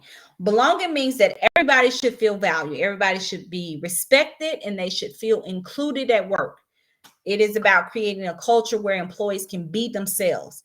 They don't feel like outsiders. They feel like they can be whoever it is that they are. Because if people do not feel like they belong, then it doesn't matter how many people you get in one room with differences, right? It doesn't matter how diverse your organization is. If everybody feels like they don't belong there, they're not going to be able to contribute like a person that belongs. And then access is making sure that everybody has a fair shot at opportunities. It is based on their skill and based on their potential. So that means removing any, barriers that keep people from advancing, who have the talent, the skill to do so. And then merit means that success should be earned through skills. It should be earned through the individual's contribution, right? So that means any raises or opportunities should be given to the person that is best for the job. Full stop. SHRM has also adopted this 5-step framework. This is to help organizations assess their inclusion and diversity efforts, right? So here are some of the things that we need to look at. Anti-exclusion, which means everybody can apply. There's no gatekeeping, right? So the program has to be open to all employees, regardless of their background. Everybody needs to get a real fair shot. And then access for all, right? So you don't want to just be checking a box, right? You want to make sure that opportunities are based on skill, not identity of the person. Hiring and promotions should be about what the person can do, not about who they are, right? So you want to make sure that your programs give opportunity based on real qualifications. Then merit driven. That means you ask yourself, are you choosing people based on what actually matters to the organization? It needs to be unbiased and available. Everybody has to know about it. Look around the room and say, you know, there are a lot of people missing here. Who does not know about this opportunity? And then make sure that it is available. It is accessible to everybody. And then it should be a skills first optimization, right? So we want to put programs in place that actually help people, not just check a box. You want it to actually be something that is going to increase people's skill, give them an opportunity for development, right? Not just, have them checking a box, doing something different. All right. Okay, any questions on this? These are some of the new things that we have to take into consideration, especially that BEAM framework. All right. Any questions? Don't see anything in the chat, so we're going to move on to the types of diversity. All right, so diversity is the way that we recognize individual differences within a person. And a lot of times when we think about diversity, we think of things that are obvious, right? So we think about gender or race or age, but there are different types of diversity. Diversity is broken down into 3 categories. There is legacy, there is experiential, and there is cognitive or thought diversity. Legacy diversity are the things that we do see, right? So it's like our physical attributes, our race, maybe our ethnicity. Experiential diversity is based on our personal life experiences. So these are the things that people tend to bond over. This is what influences our affiliations, and it influences our friend groups. Experiential diversity influences our choices, but it is also influenced by our life experiences, right? So like where you grew up, that influences. When you grew up, that influences, right? Cognitive diversity is based on outlook, and that outlook is formed by like our level of education, our economic status, our social class, right? Our past work experiences, and all of these things together form our outlook. Trauma model is a consideration in inclusion and diversity, and it dictates our interactions with people outside of our own cultures. So we have to consider the typical behaviors, the typical mannerisms when we are interacting with people outside of our own culture. So that means whether we have to collaborate them, communicate with them, manage them, be managed by them, like any kind of interactions that we have with people from cultures outside of our own, we have to consider what is most prevalent in the place that they originate from, and take that into consideration in our interactions, right? So one of the things that we need to consider is universalism versus particularism. Do they originate from a place that values universalism, or particularism. Universalism is the rules apply to everybody, right? Doesn't matter who you are, the rules are going to be applied equally and blanket. If you are from a particularistic society, then there are certain rules for certain people, right? The rules don't apply to everyone. It could be a certain class of people that rules don't apply to. It could be because of relationships that rules don't apply to. Individualism versus collectivism. So does their society value group success or individual success? Do people prefer to work as individuals or in a collective group, right? Obviously, individualism means individual, and then collectivism means the group. Neutral versus emotional. So, is it okay to publicly display our emotions in the society that one originates from, right? Do you show anger in public? Do you cry in public? Is that only reserved for your private or home life? Specific versus diffuse. So, how separately do we keep our private and working lives? If it is specific, then it is separate. If it is diffuse, then those things mesh. So maybe your your coworkers become your friends. Maybe you hang out with them after work. Maybe you talk about your coworkers at home, right? Maybe your coworkers know who your family are. So if it is specific, there's a hard line. When you come home, work is shut off. When you go to work, home is shut off, right? But in a diffuse society, the things sort of are in a melting pot and they mesh. Achievement versus ascription. So do we need to prove ourselves, or are we is some kind of status given to us, like by nature of maybe we are born into some kind of status. Obviously, if it's achievement, then we have to work for it. Ascription, then it is given to us. Sequential versus synchronic. So do we do things one at a time, or do we feel like all things are connected and we prefer to multitask and several things happen at once? If it's sequential, then we do things, in sequence. Internal control versus external control. So do we allow the environment to determine what we can accomplish, or do we make our own opportunities, right? Do we control our environment, or are we allowing the environment to control us? All right. The cultural context. This is another step to consider when you're interacting with other cultures. The concept of high and low context culture characterize the communication approach and the things that might influence that approach. So your high context cultures are built on familiarity and relationships. In this kind of culture, communication is implied rather than explicit.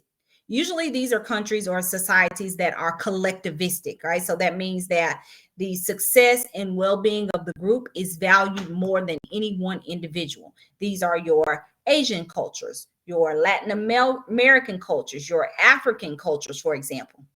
Low context cultures are more transactional. So in a low context culture, people communicate explicitly. What they say is what they mean. These are countries like the USA or Canada. So remember, a culture refers to a group of people who subscribe to the same behaviors and the same habits. That you can have a different cultures for different kinds of groups. It is not specific like to a country. A country club has a culture. Your airport has a culture. Your family has a culture, right? Your family's culture is a high context culture because it is a long lasting relationship. It is built on loyalty and familiarity. The airport culture is a low context culture because you don't know TSA unless you travel a lot. You don't know TSA. It's transactional. It's going to be short lived. You may never see that person again. When TSA tells you to do something, they mean for you to do it. You don't need to read between the lines. They're going to tell you explicitly what they want you to do. Right? So I go through all that to say that a culture is not, it is not specific, right? It is not limited, I should say. It is not limited to a country, right? There, different groups have different cultures.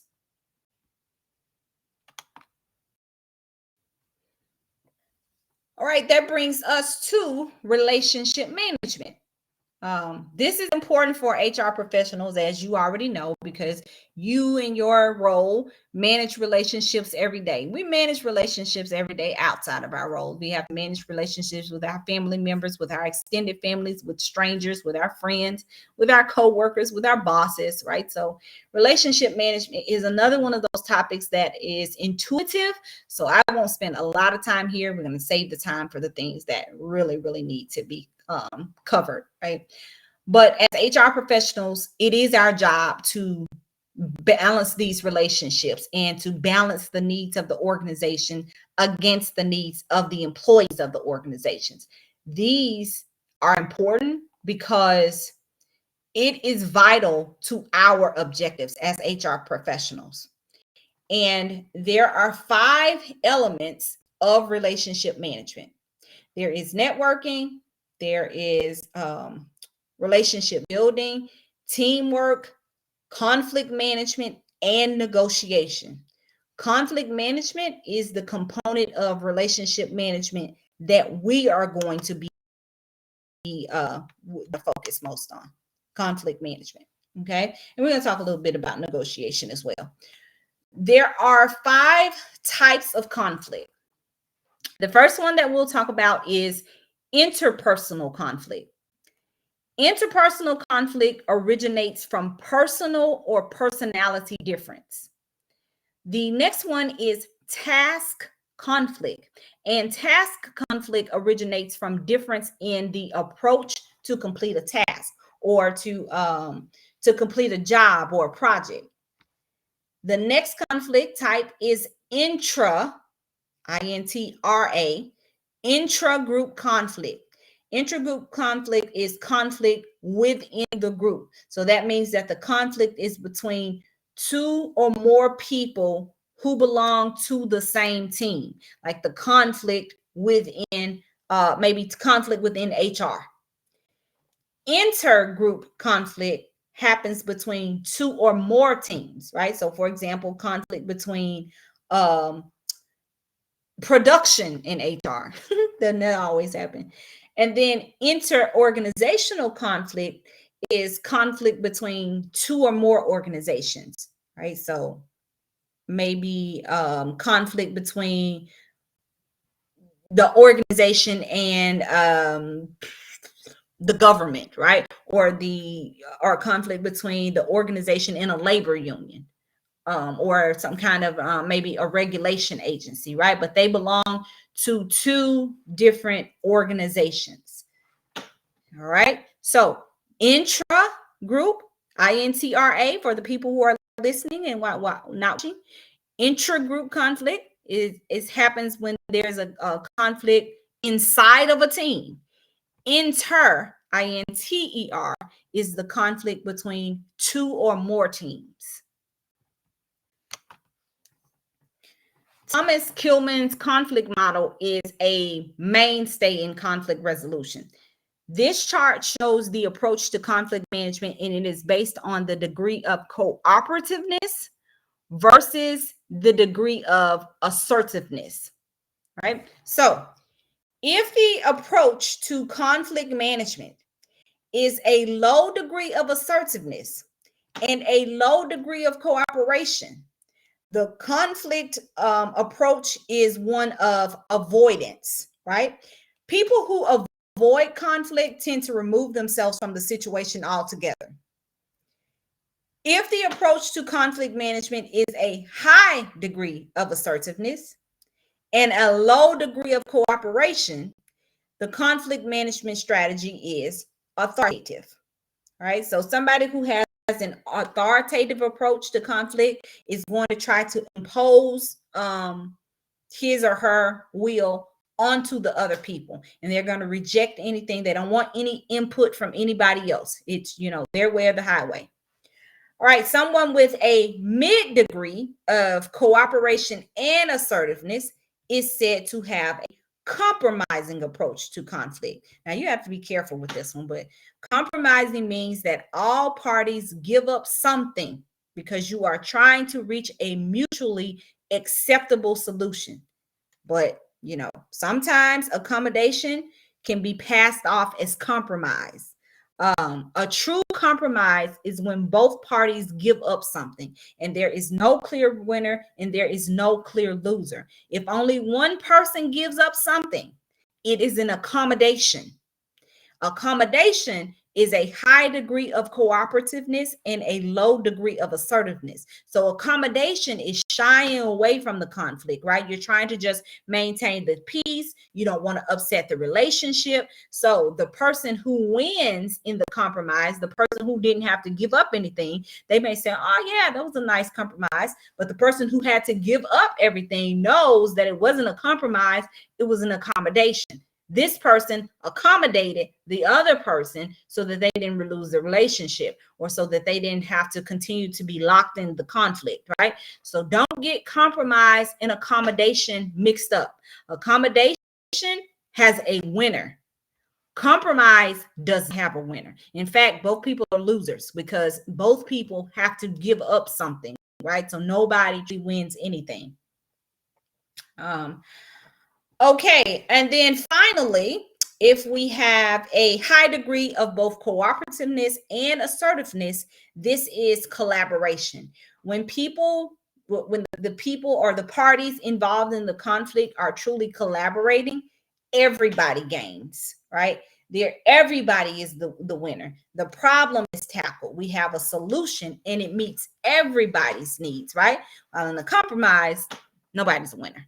Right? Nobody gets everything that they want, right? But in the collaboration, then everybody comes out better on the other end because we solve the problem and we don't damage the relationship.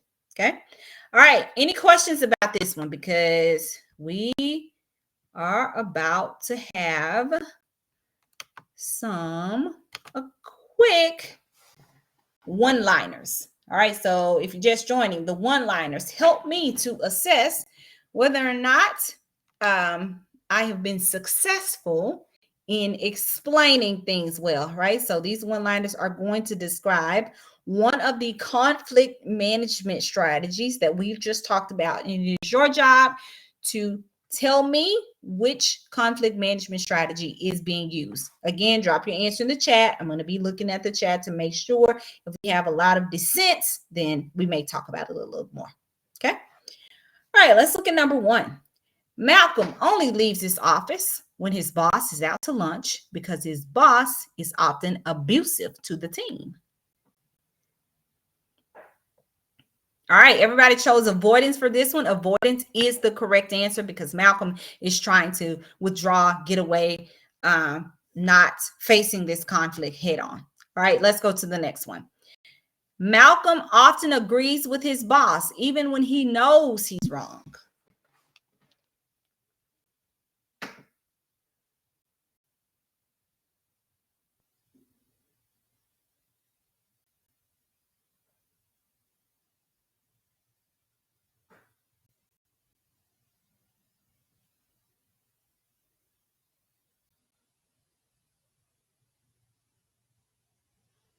All right, everybody chose accommodate for this one. Accommodate is the correct answer. Very, very good. All right, next one. A manager imposes mandatory overtime since last month's goal was missed.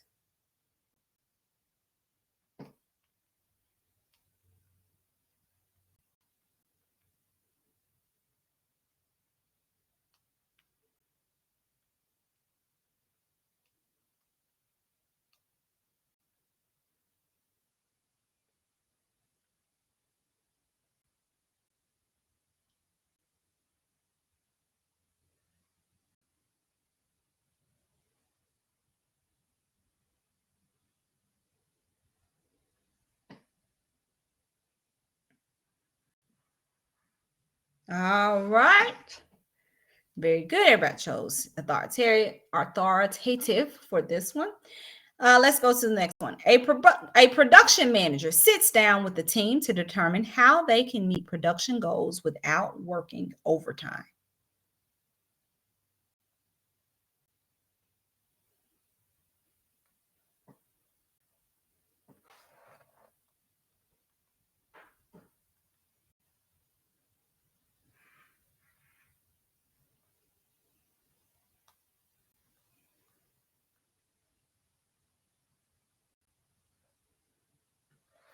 All right, I feel like y'all really got these. I don't believe I have one wrong answer yet. All right, and our final one. After a project falls behind, a manager suggests working additional hours, but the team wants a 3-week extension. They settle on a 1-week extension and 2 days of overtime. All right, right. This is a true compromise because both people here nobody won in this situation, right? They both had to make some concessions in order to come to an agreement. Okay, very good. I feel like everybody is good on this one. All right, so look, we're continuing in relationship management. Now we're talking about one of the other components of managing relationships, which is negotiation. Negotiation is a necessary part of conflict management. It is an attempt to come to an agreement and resolve a conflict. And there are 3 different approaches to negotiation. There is the soft approach, the hard approach, and then there is the principled approach. In the principled approach is where we find the BATNA, right? So the best alternative to a negotiated agreement. But the soft approach focuses on preservation of the relationship. So more than actually dispelling the issue, right? You are trying to make sure that you don't damage the relationship between the people who are locked in negotiation. The hard approach is the opposite of that. So in the hard approach, you're just trying to resolve the issue. I don't even care if it fractures the relationship. I just want the problem solved. Most of the time that does result in another conflict, maybe an underlying conflict, because now I thought we had a good business relationship, or I thought we were friends, and you're going to take this hard approach to me. So now I have some underlying resentment, and now there's another conflict. And then there is the principled, right, negotiation. So that's where this is where we should aim. It is a respectful approach. It is aimed at reaching an agreement that is going to be mutually beneficial. This is also where the BATNA lives, because in the principled negotiation approach, we have 6 steps, right, in this approach. One of the steps is to determine what our BATNA will be, right? So that the BATNA is our best alternative. So if negotiations go south and we see that the negotiations are going to, they're not going in the way that we want them to, what is the least thing that we are prepared to do, right? So often I give this example. Once I guess a couple of months ago now, I saw my cable bill going up and up and up and up, right? It seemed like every month it was increasing by $2, $4, $5 to the point where it has just gotten crazy. So before I went into negotiation with the company, I said that my bottom line was going to be, they are going to have to give me $50 off this bill, just flat rate. And if not, my BATNA was going to be disconnection of the service, because if they didn't give me the $50 off, my best alternative, rather than continuing to endure the increase in the price hike, the best alternative was for me to terminate the service. Now, sometimes employees will have a bottom line, like maybe when they're negotiating their employment contracts, they may come in and say, I want to have 120 hours of PTO and $100,000 a year.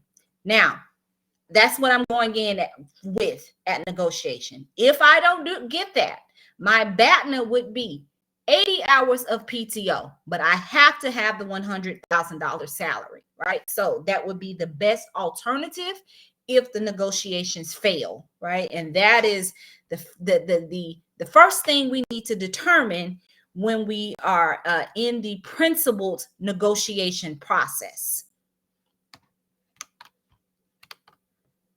All right, that brings us to communication. Effective communication happens when there is no disruption in the communication model. And the communication model is what you have on screen here. So this outlines the travel route of a message. In order for that message to serve its purpose, it has to go through this communication model. It starts with choosing the right sender for your message and making sure that they are sending the right message. And then you want to make sure that you are sending the right message the right way and at the right time. Then you need to choose the right medium for your message. And the medium is like it is the avenue, right, that you choose to deliver your message, right? So whether it is email or phone or text, and then you need to the receiver needs to understand your message and react to it the way that you intended them to. So that means the receiver needs to understand what you meant and interpret the message how you intended them. A failure in any one of these areas leaves your message unaccomplished, right? It's not going to, accomplish whatever it is that you wanted it to accomplish. So I told you in this communication model, in order for your message to be successful, it has to successfully go through each point of the communication model, right? You have to choose the right sender. You have to choose the right message at the right time. You have to choose the, right person, all of those things, right? Each one of the points on that communication model represents a potential for failure. If at any point something goes off track, the goal of the communication is it fails, or at least it's hindered, right? At the very least. If a sender failure occurs, it means that the person relaying the message, for some reason, they are ineffective. It could be because the message is, maybe the message itself is wrong. Maybe because the sender may not have all the information that the receiver needs. It could also be if the sender transmit the message to the wrong person, or you have chosen the wrong person to send the message, right? Next is a message failure. And a message failure happens when the message is sent at the wrong time or in the wrong way, right? So, for example, maybe a verbal communication was used, but you have an audience that is hearing impaired. That doesn't mean that the medium itself was wrong. It just means that the way the medium was used was wrong, right? So maybe the medium that I used, TV, maybe I used TV for my medium. So maybe the TV was fine, but I didn't use the TV the right way. I'm trying to use the TV to speak when I should be using like sign language, right? So it's being used the wrong way. If you decide to use a face-to-face medium with a hearing impaired audience, it could very well be the best channel, but you need to adjust how you use that channel. So instead of speaking, you use sign language, right? So it's the right channel, but it is the wrong use of that channel. A medium failure means that the channel that you selected is wrong, right? So that's different from the message failure, because in the message failure, we got the right channel. We're just not using the right channel. We're using the channel in the wrong way, right? The medium failure means, hey, this is the wrong vehicle to send this message. All right. So, for example, if you send a message that is time sensitive and you send it via a letter, or if you send a Maybe you send some confidential information, right? And you send it by text message. Or maybe you're trying to send face-to-face communication, but there are too many distractions. Have you ever tried to like give a speech or give us some kind of presentation and people are talking, people are noisy, they're moving and all that kind of stuff? So it distracts you. It distracts the speaker. It distracts the audience, right? So you've chosen the wrong vehicle. And then the final point of failure is the receiver failure. This is what happens when the feedback fails. So maybe it's the wrong, maybe the receiver doesn't respond to the call to action for some reason. Maybe they don't understand it, so they can't respond to the call to action. It also could happen if the receiver isn't given the opportunity to close the feedback loop. That means that they aren't given the opportunity to ask questions.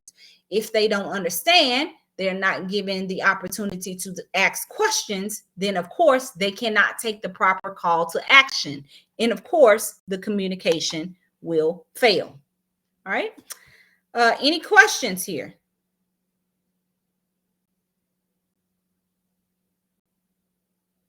Yes, the breaks are for 12:30 Central Standard Time and 2:45 Central Standard Time.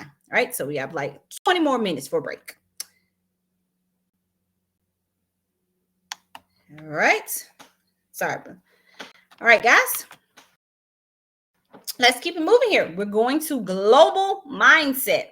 Global mindset is one that is curious and receptive to learning about, cultures that are outside of your own culture. You have to be willing to also, while you're learning, not reject it, right? So you have to be able to accept the behaviors that are associated with those cultures and not dismiss them because they may be it may be something different from your own culture, right? That's very important. It's also important to know that a culture is not specific to a country or a place. Again, cultures exist everywhere. An organization has a culture. Of course, like we talked about, a club has a culture. Your family, again, they have a culture.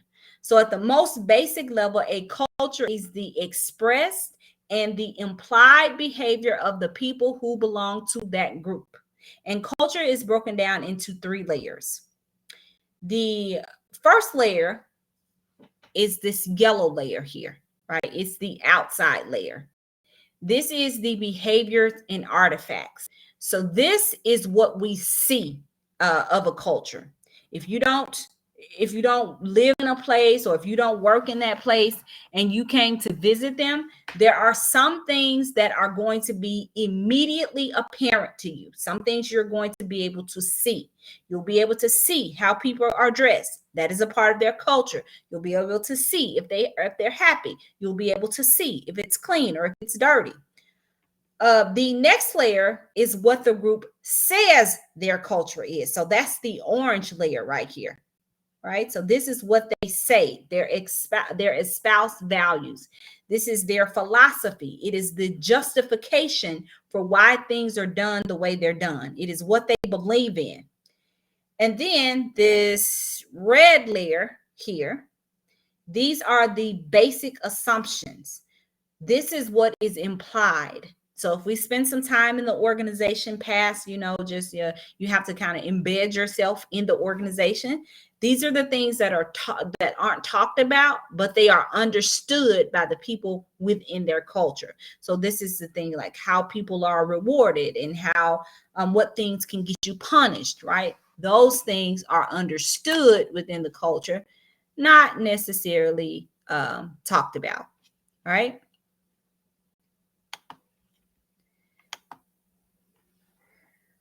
All right, next, another consideration of cultural effectiveness is Hofstede's dimensions of culture. These dimensions are just like Schopenhauer's model. We use these when we are communicating or we are interacting with people from cultures outside of our own. So if we need to manage people outside of our own cultures, if we are being managed by people outside of our own cultures, then it helps us to understand what the culture holds valuable.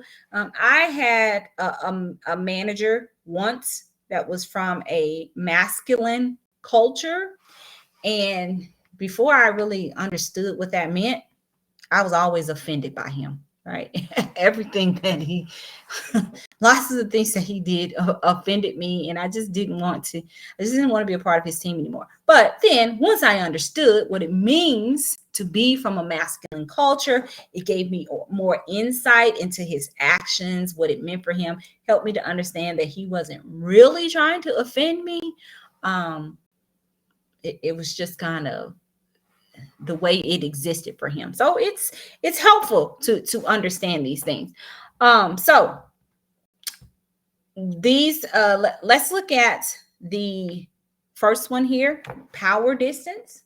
So power distance is the extent that inequity in power is accepted in the culture that the person is from. If there is a high power distance society, hierarchy is freely accepted. The people at the top, they take care of the people at the bottom. And because of that, the people at the bottom comply with the people at the top. So that power distance is accepted. Now, I want to make a point that this plus sign and this minus sign does not mean any one of these is negative or positive. It just means the extent to which this happens, right? If we were to put like a country here, maybe we were to put US here, we would be more over here, but it doesn't mean that that is negative, right? Doesn't mean inequality is positive. It just means like if we were to put somebody on this chart, it is the extent to which they would lean left or right. Okay, not good or not bad, just a measurement, right? All right, so let's go next to a high uncertainty avoidance. So in a high uncertainty avoidance culture, people expect rules, right? They expect barriers. And when people deviate from the rules, they are seen as rebels or they are seen as wrong. So people in a high uncertainty avoidance society thrive with rules, right? Because they want to avoid uncertainty. And the way that they avoid uncertainty is to have a lot of rules and barriers in place so that things don't happen, right? Next is collectivistic versus individualistic. So people in a collectivistic culture value the success of the group, and they are willing to give up their individual needs to ensure the group's success. Let's see. In a masculine culture, there is a high emphasis on power and achievement, right? The gender roles in the home and work, they are distinct and they are defined.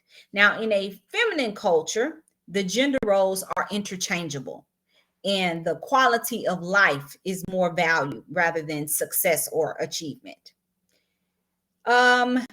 Long-term orientation is the value that a culture places on long-term virtue. So things like saving money or being persistent,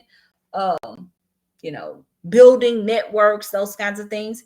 Short-term cultures, they place value on gift giving and fun, right? So things that offer instant gratification with the thought that you don't know what tomorrow may bring. So have your fun today, right? Restraint versus indulgence is the extent to which we give into our wants or we withhold for a greater purpose, right? So is it more about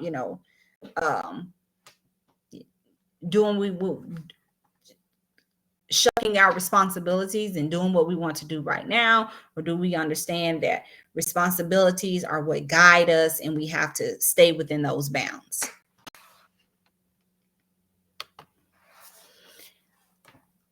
So there are 4 challenges that we consider when we are operating in a global environment, right? These challenges to culture help us to, take an inward look at ourselves and help us to determine maybe why we are not meshing well with others outside of our culture. It really just helps us to shine a spotlight, right? So ethnocentrism happens when we approach others' cultures with a limited view because we are measuring the cultures against our own. For example, if you visited an Asian restaurant and that restaurant only had chopsticks, many Westerners might find it strange. They may say, there should be forks or there should be spoons for the people who can't use chopsticks. But that is because we've adopted our own culture as the measuring stick. So anything that doesn't align with our practices, we might say that it is strange or it is unusual or it is the wrong way of doing things. Cultural stereotypes are the assumptions that we make about other cultures. So these are beliefs that are, very broad, usually very overgeneralized, and they don't accurately depict the culture. So the stereotypes are the idea that all people from culture X believe or possess this certain characteristic, or they do this certain thing. Cultural determinism is the idea that the environment or the culture that one is a part of is the biggest determinant of their behavior. So if someone is sexist or if they are racist, it isn't because they were born sexist or racist.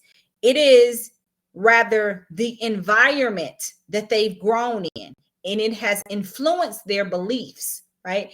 And now it is being exhibited. Their environment is being exhibited in the way that they act, right? So it is nature versus nurture, but nurture is the determining factor because nature didn't make them to be sexist, right? They've grown in an environment where that is what was that is the seed that was sown, and now this is the harvest that they're reaping.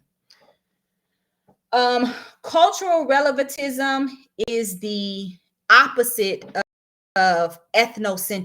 So cultural relativism is when we view a person's actions with their cultural beliefs in mind and their practices in mind. And if somebody believes or they act in a way that is foreign to us, we don't discount that or we don't judge that, right? We accept it, we understand it as a part of their cultural practice.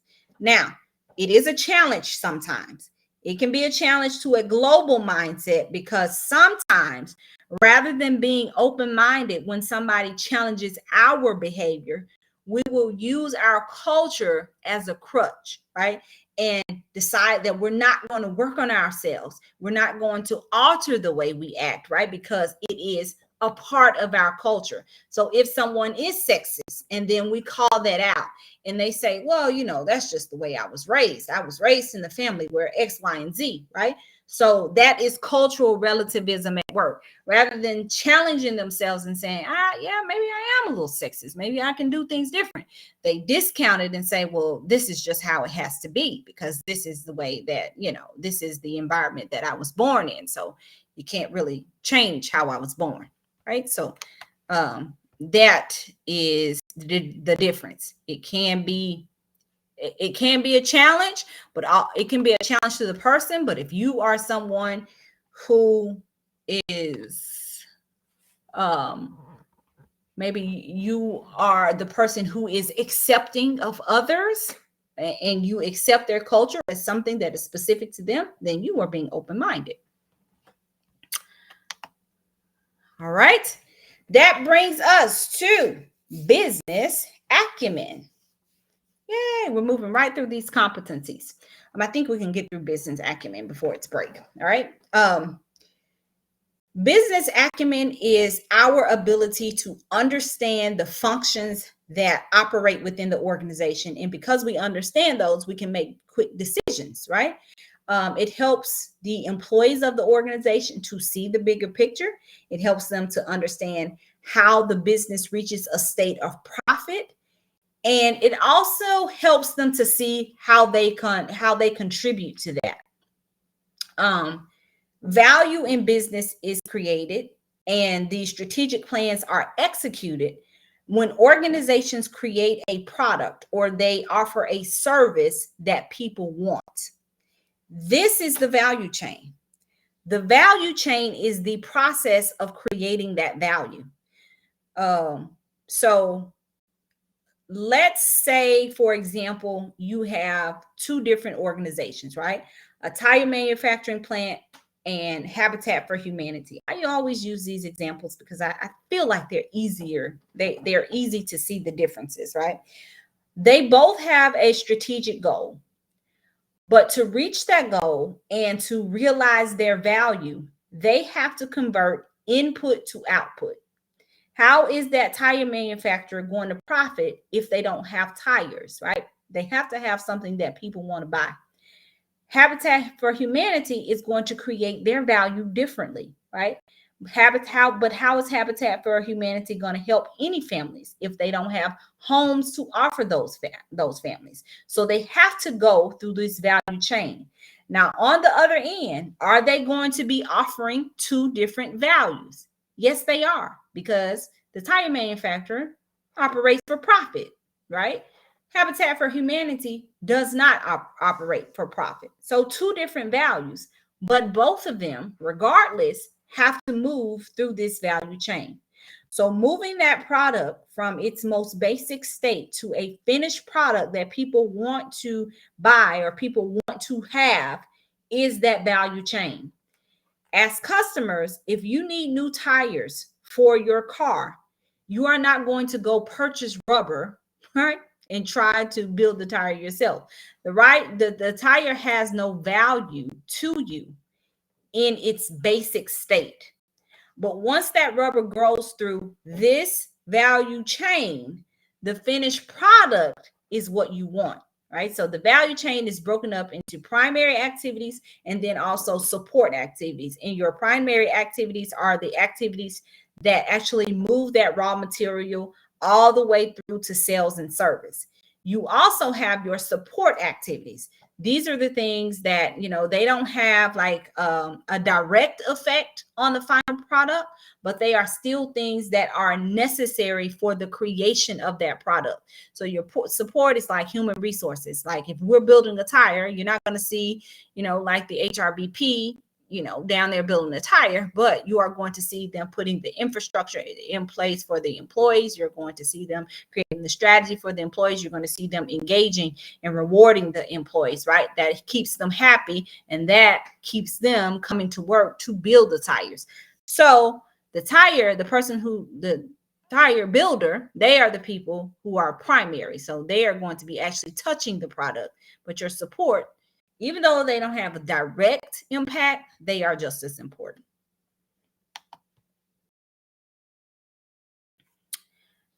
The product life cycle chain ends, right? So remember, the value chain is the process of moving that product from a state of raw material all the way to the finished product. And when that finished product hits the shelf, the product life cycle is the stages that product moves through from the time it's introduced all the way up until like something happens, like maybe they have a decrease in sales or the product is removed from the market altogether. And there are 4 stages of the product life cycle. The first one is introduction. That is when the product initially enters the market. This is the introductory period. So the business doesn't have a lot of formality. There is no structure. You won't see SOPs. There's no value statement, right? You don't have like an HR department and an IT department. Most of the time, all of the functions are compressed and they are handled by the person who started the business, or like maybe 1 or 2 people. So people don't really know about this product or this company yet. The next one is the growth stage, right? So this is the most important stage of a product or for a new business. This is the time where the product is supposed to explode and people are supposed to tell their friends. They should tell their family. That word of mouth should hopefully increase sales, right? Or at least increase the public's awareness about the product. A lot of times the growth stage comes with a lot of challenges because the company is trying to keep up with demand of the product. They may not have they may have backlogs. They may not have enough people to fulfill the orders or to fulfill the service. They don't have a lot of processes or structures, so it can be a difficult time. It is critical in this growth phase to start to identify, what is the workforce that I need here? What are going to be the roles of that workforce? It's time to start writing those job descriptions, identifying, what skills and what knowledge is going to be necessary for us to carry the product through. Next is the maturity phase. So in maturity, people who have tried that product have either established themselves, right? These are going to be your customers. These are your repeat customers, or they tried the product and they said, nope, that is not a product for me. Growth is stagnant here, right? So in this, that's why you have to have really highly efficient processes, right? You have to make sure that you have the roles defined and the people in those roles have the proper KSAs, right? You want to focus on engagement and retention to keep the people once you identify them. And you want to make sure that they remain in the organization. I mean, because again, in this phase, you are mature. So you're not growing fast like you did in the growth phase. So now you can't be spending money when you don't have money. You need to try to keep the people that you have. You don't want to spend money on recruitment and then money on training people. You don't want your knowledge to walk out the door. So you have to be careful in this stage. And then the final stage is decline. Now, this stage actually does have three possibilities. There could be a true decline of the product. The product might also remain in a state of no growth. So it may just stay straight, like nothing, it doesn't gain anything or doesn't lose anything. Something could also happen where you will see a renewal of this product, right? And then there is an uptick in sales. A lot of times when products do decline, businesses start trying to cut prices or they start laying people off. If they know what they're doing, they try to find a new customer base or try to renew that product somehow. You guys have seen there have been songs like on TikTok.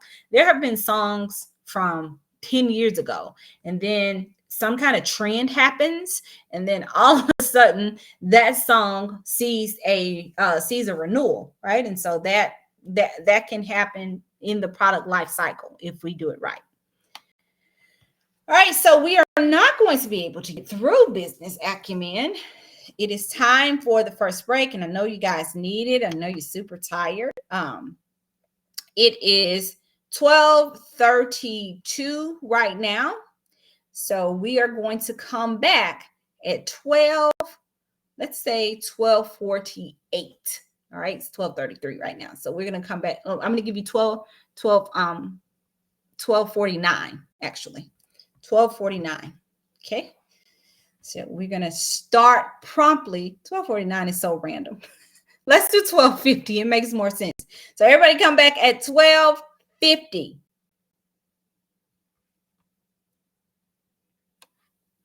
All right. I'll see you guys back then.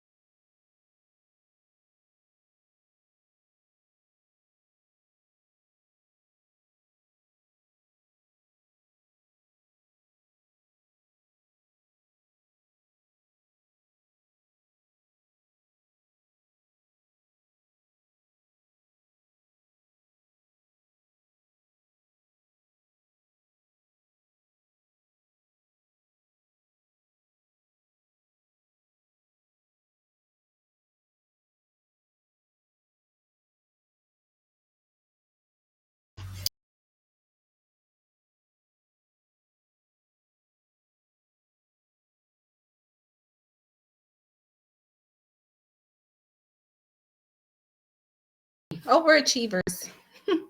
I love it.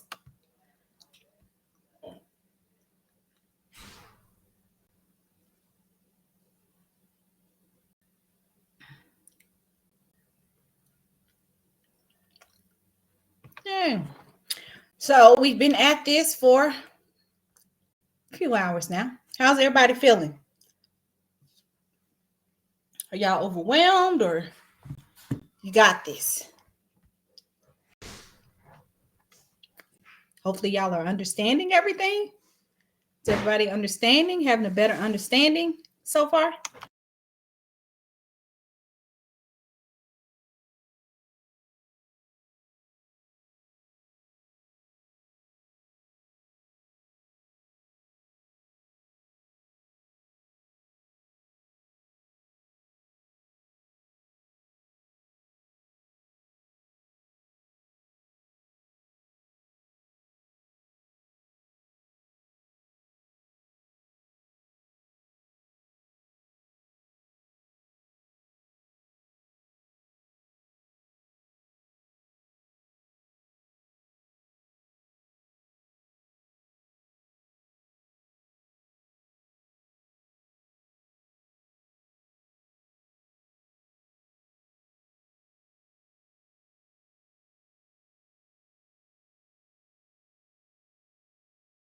Okay, so we got lots of people grasping better, still overwhelmed, which is understandable. Uh, all right, we're gonna go ahead and jump back in. It is 12:50 on the dot. So let's get going. All right, I had one question. I think I had two questions that I missed, actually.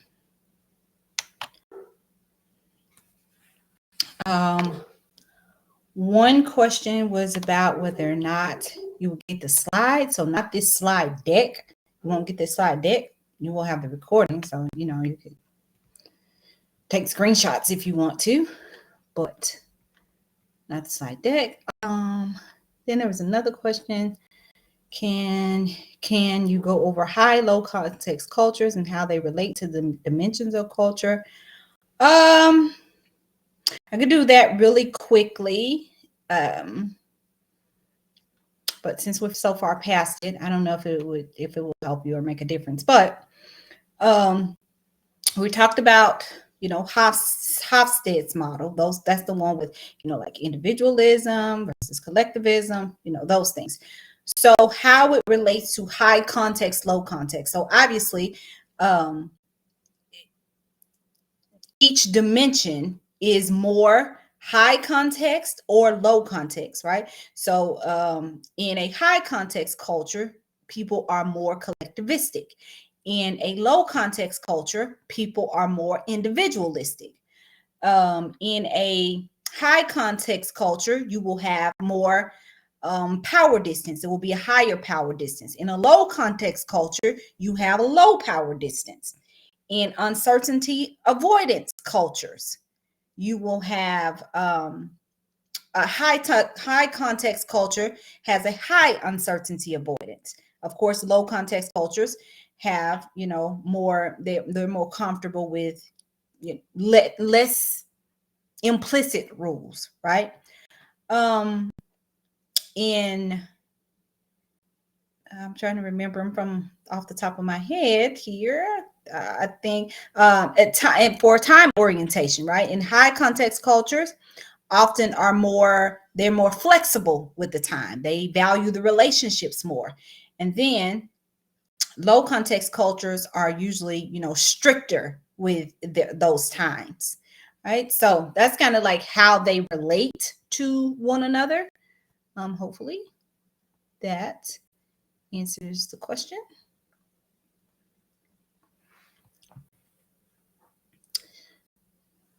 Okay, good. All right, let's keep going here. We are still in business acumen. Okay, so the slides, as I said, you won't get the slides. You'll get the recording and obviously there's a note packet and some practice questions, but the slides themselves, like the slide deck, that won't be shared. All right, so let's jump into Porter's 5 forces. And Porter's 5 forces is yes, it is in resources. It is an analysis tool, and it helps organizations to determine how competitive the industry that they are working in, how competitive it is. And there are 5 considerations in Porter's model. There is the threat of rivalry. There is the threat of new entrants. There is the threat of substitutes, the bargaining power of suppliers, and then there's the bargaining power of buyers. The threat of rivalry is what drives everything, right? So it drives the other 4. The threat of rivalry is the possibility of other companies to form within our industry and then become our competitors. And so that rivalry forces us to differentiate ourselves and to prove why, hey, customers, come over here. We are better because of some reason, right? We have to define what our competitive strategy is going to be, right? So, but this is, like this rivalry says like, hey, don't choose those people over there. Choose us, right? So, any kind of like, take for example, like Maserati, right? There are a lot of luxury car manufacturers, but Maserati has said, hey, listen, we are sleek, we are fast, we are set apart. You should choose us and not choose that Ferrari, right? You need to come over here if you are, have the money to buy this luxury car. So as a customer, you are driven to purchase that car, even though it is a higher price, because Maserati has been able to convince you that they are somehow unique and they are set apart and they are worth the money that you're going to spend on that. The next one is the threat of new entrants. And new entrants threaten the market by driving prices down because consumers have so many choices that it creates like the force of the bargaining power of buyers, right? So the new entrants, they can either be a high level of new entrants or a low level of new entrants, right? If it is a high threat of new entrants, that means that there is a significant probability that there are going to be a lot of other competitors, and they can easily enter in the market and become your competition. If you have a low threat of entrance, that means that there's some barrier and there is something that is preventing those competitors from easily entering your market, which means you have the opportunity for more market share. So again, let's say, that there is a teenager that is babysitting in your neighborhood over the summer, and this teenager prints flyers, goes around, puts it on everybody's door, and everybody starts to call them, and they start making money, so much money that they get the opportunity to buy a new car after just 3 weeks of babysitting. Now, the other teenagers in the neighborhoods might say, hey, wait a minute now, listen, this babysitting paid for a new car. Maybe I need to be a babysitter. If that teenager, all that first teenager did was go print flyers, give it to people, and they created a successful business, then there is a high threat of new entrants because all they needed to do was print flyers and then they became thousandaires. So other teenagers are going to be like, yeah, I want to do that too. Now, if the teenager had to print flyers, they had to go take a CPR class. It took 4 weeks of their summer. They had to pay for some licensing. It took about $1,000 for them to pay. The other teenagers might look at them and say, hey, listen, let them be a thousandaire. I don't have 4 weeks to give. I don't have $1,000 to give. It's not worth it to me. I'll just cut grass instead. I don't even want to be a babysitter. I don't care how much he's making, right? So in this case, because there are so many barriers, the other teenagers are like, I don't want to do it. So there is a low threat of new entrants. So the easier it is to enter a market, the more threats you have, which means the more people that you're going to have to share the market with. So you'll have less market share, of course, unless you're able to set yourself apart somehow, right? That's how that rivalry starts, and we have to set ourselves apart. But if you're not able to do that, then you have to share the market. The next one is the bargaining power of suppliers. And a supplier has the bargaining power when they're offering something that is difficult for the industry that needs that service or that product to reject. There is this company that my mother used to work for. It is called Raytheon. Raytheon Aerospace is what it's called. And they supply the material that NASA uses to build satellites. And this material, it has very specific requirements. It has to be approved. There is a long approval time. There was one thing that my mom worked there for several years, and there was one thing that she was trying to get approval for. And she literally, I kid you not, she talked about it.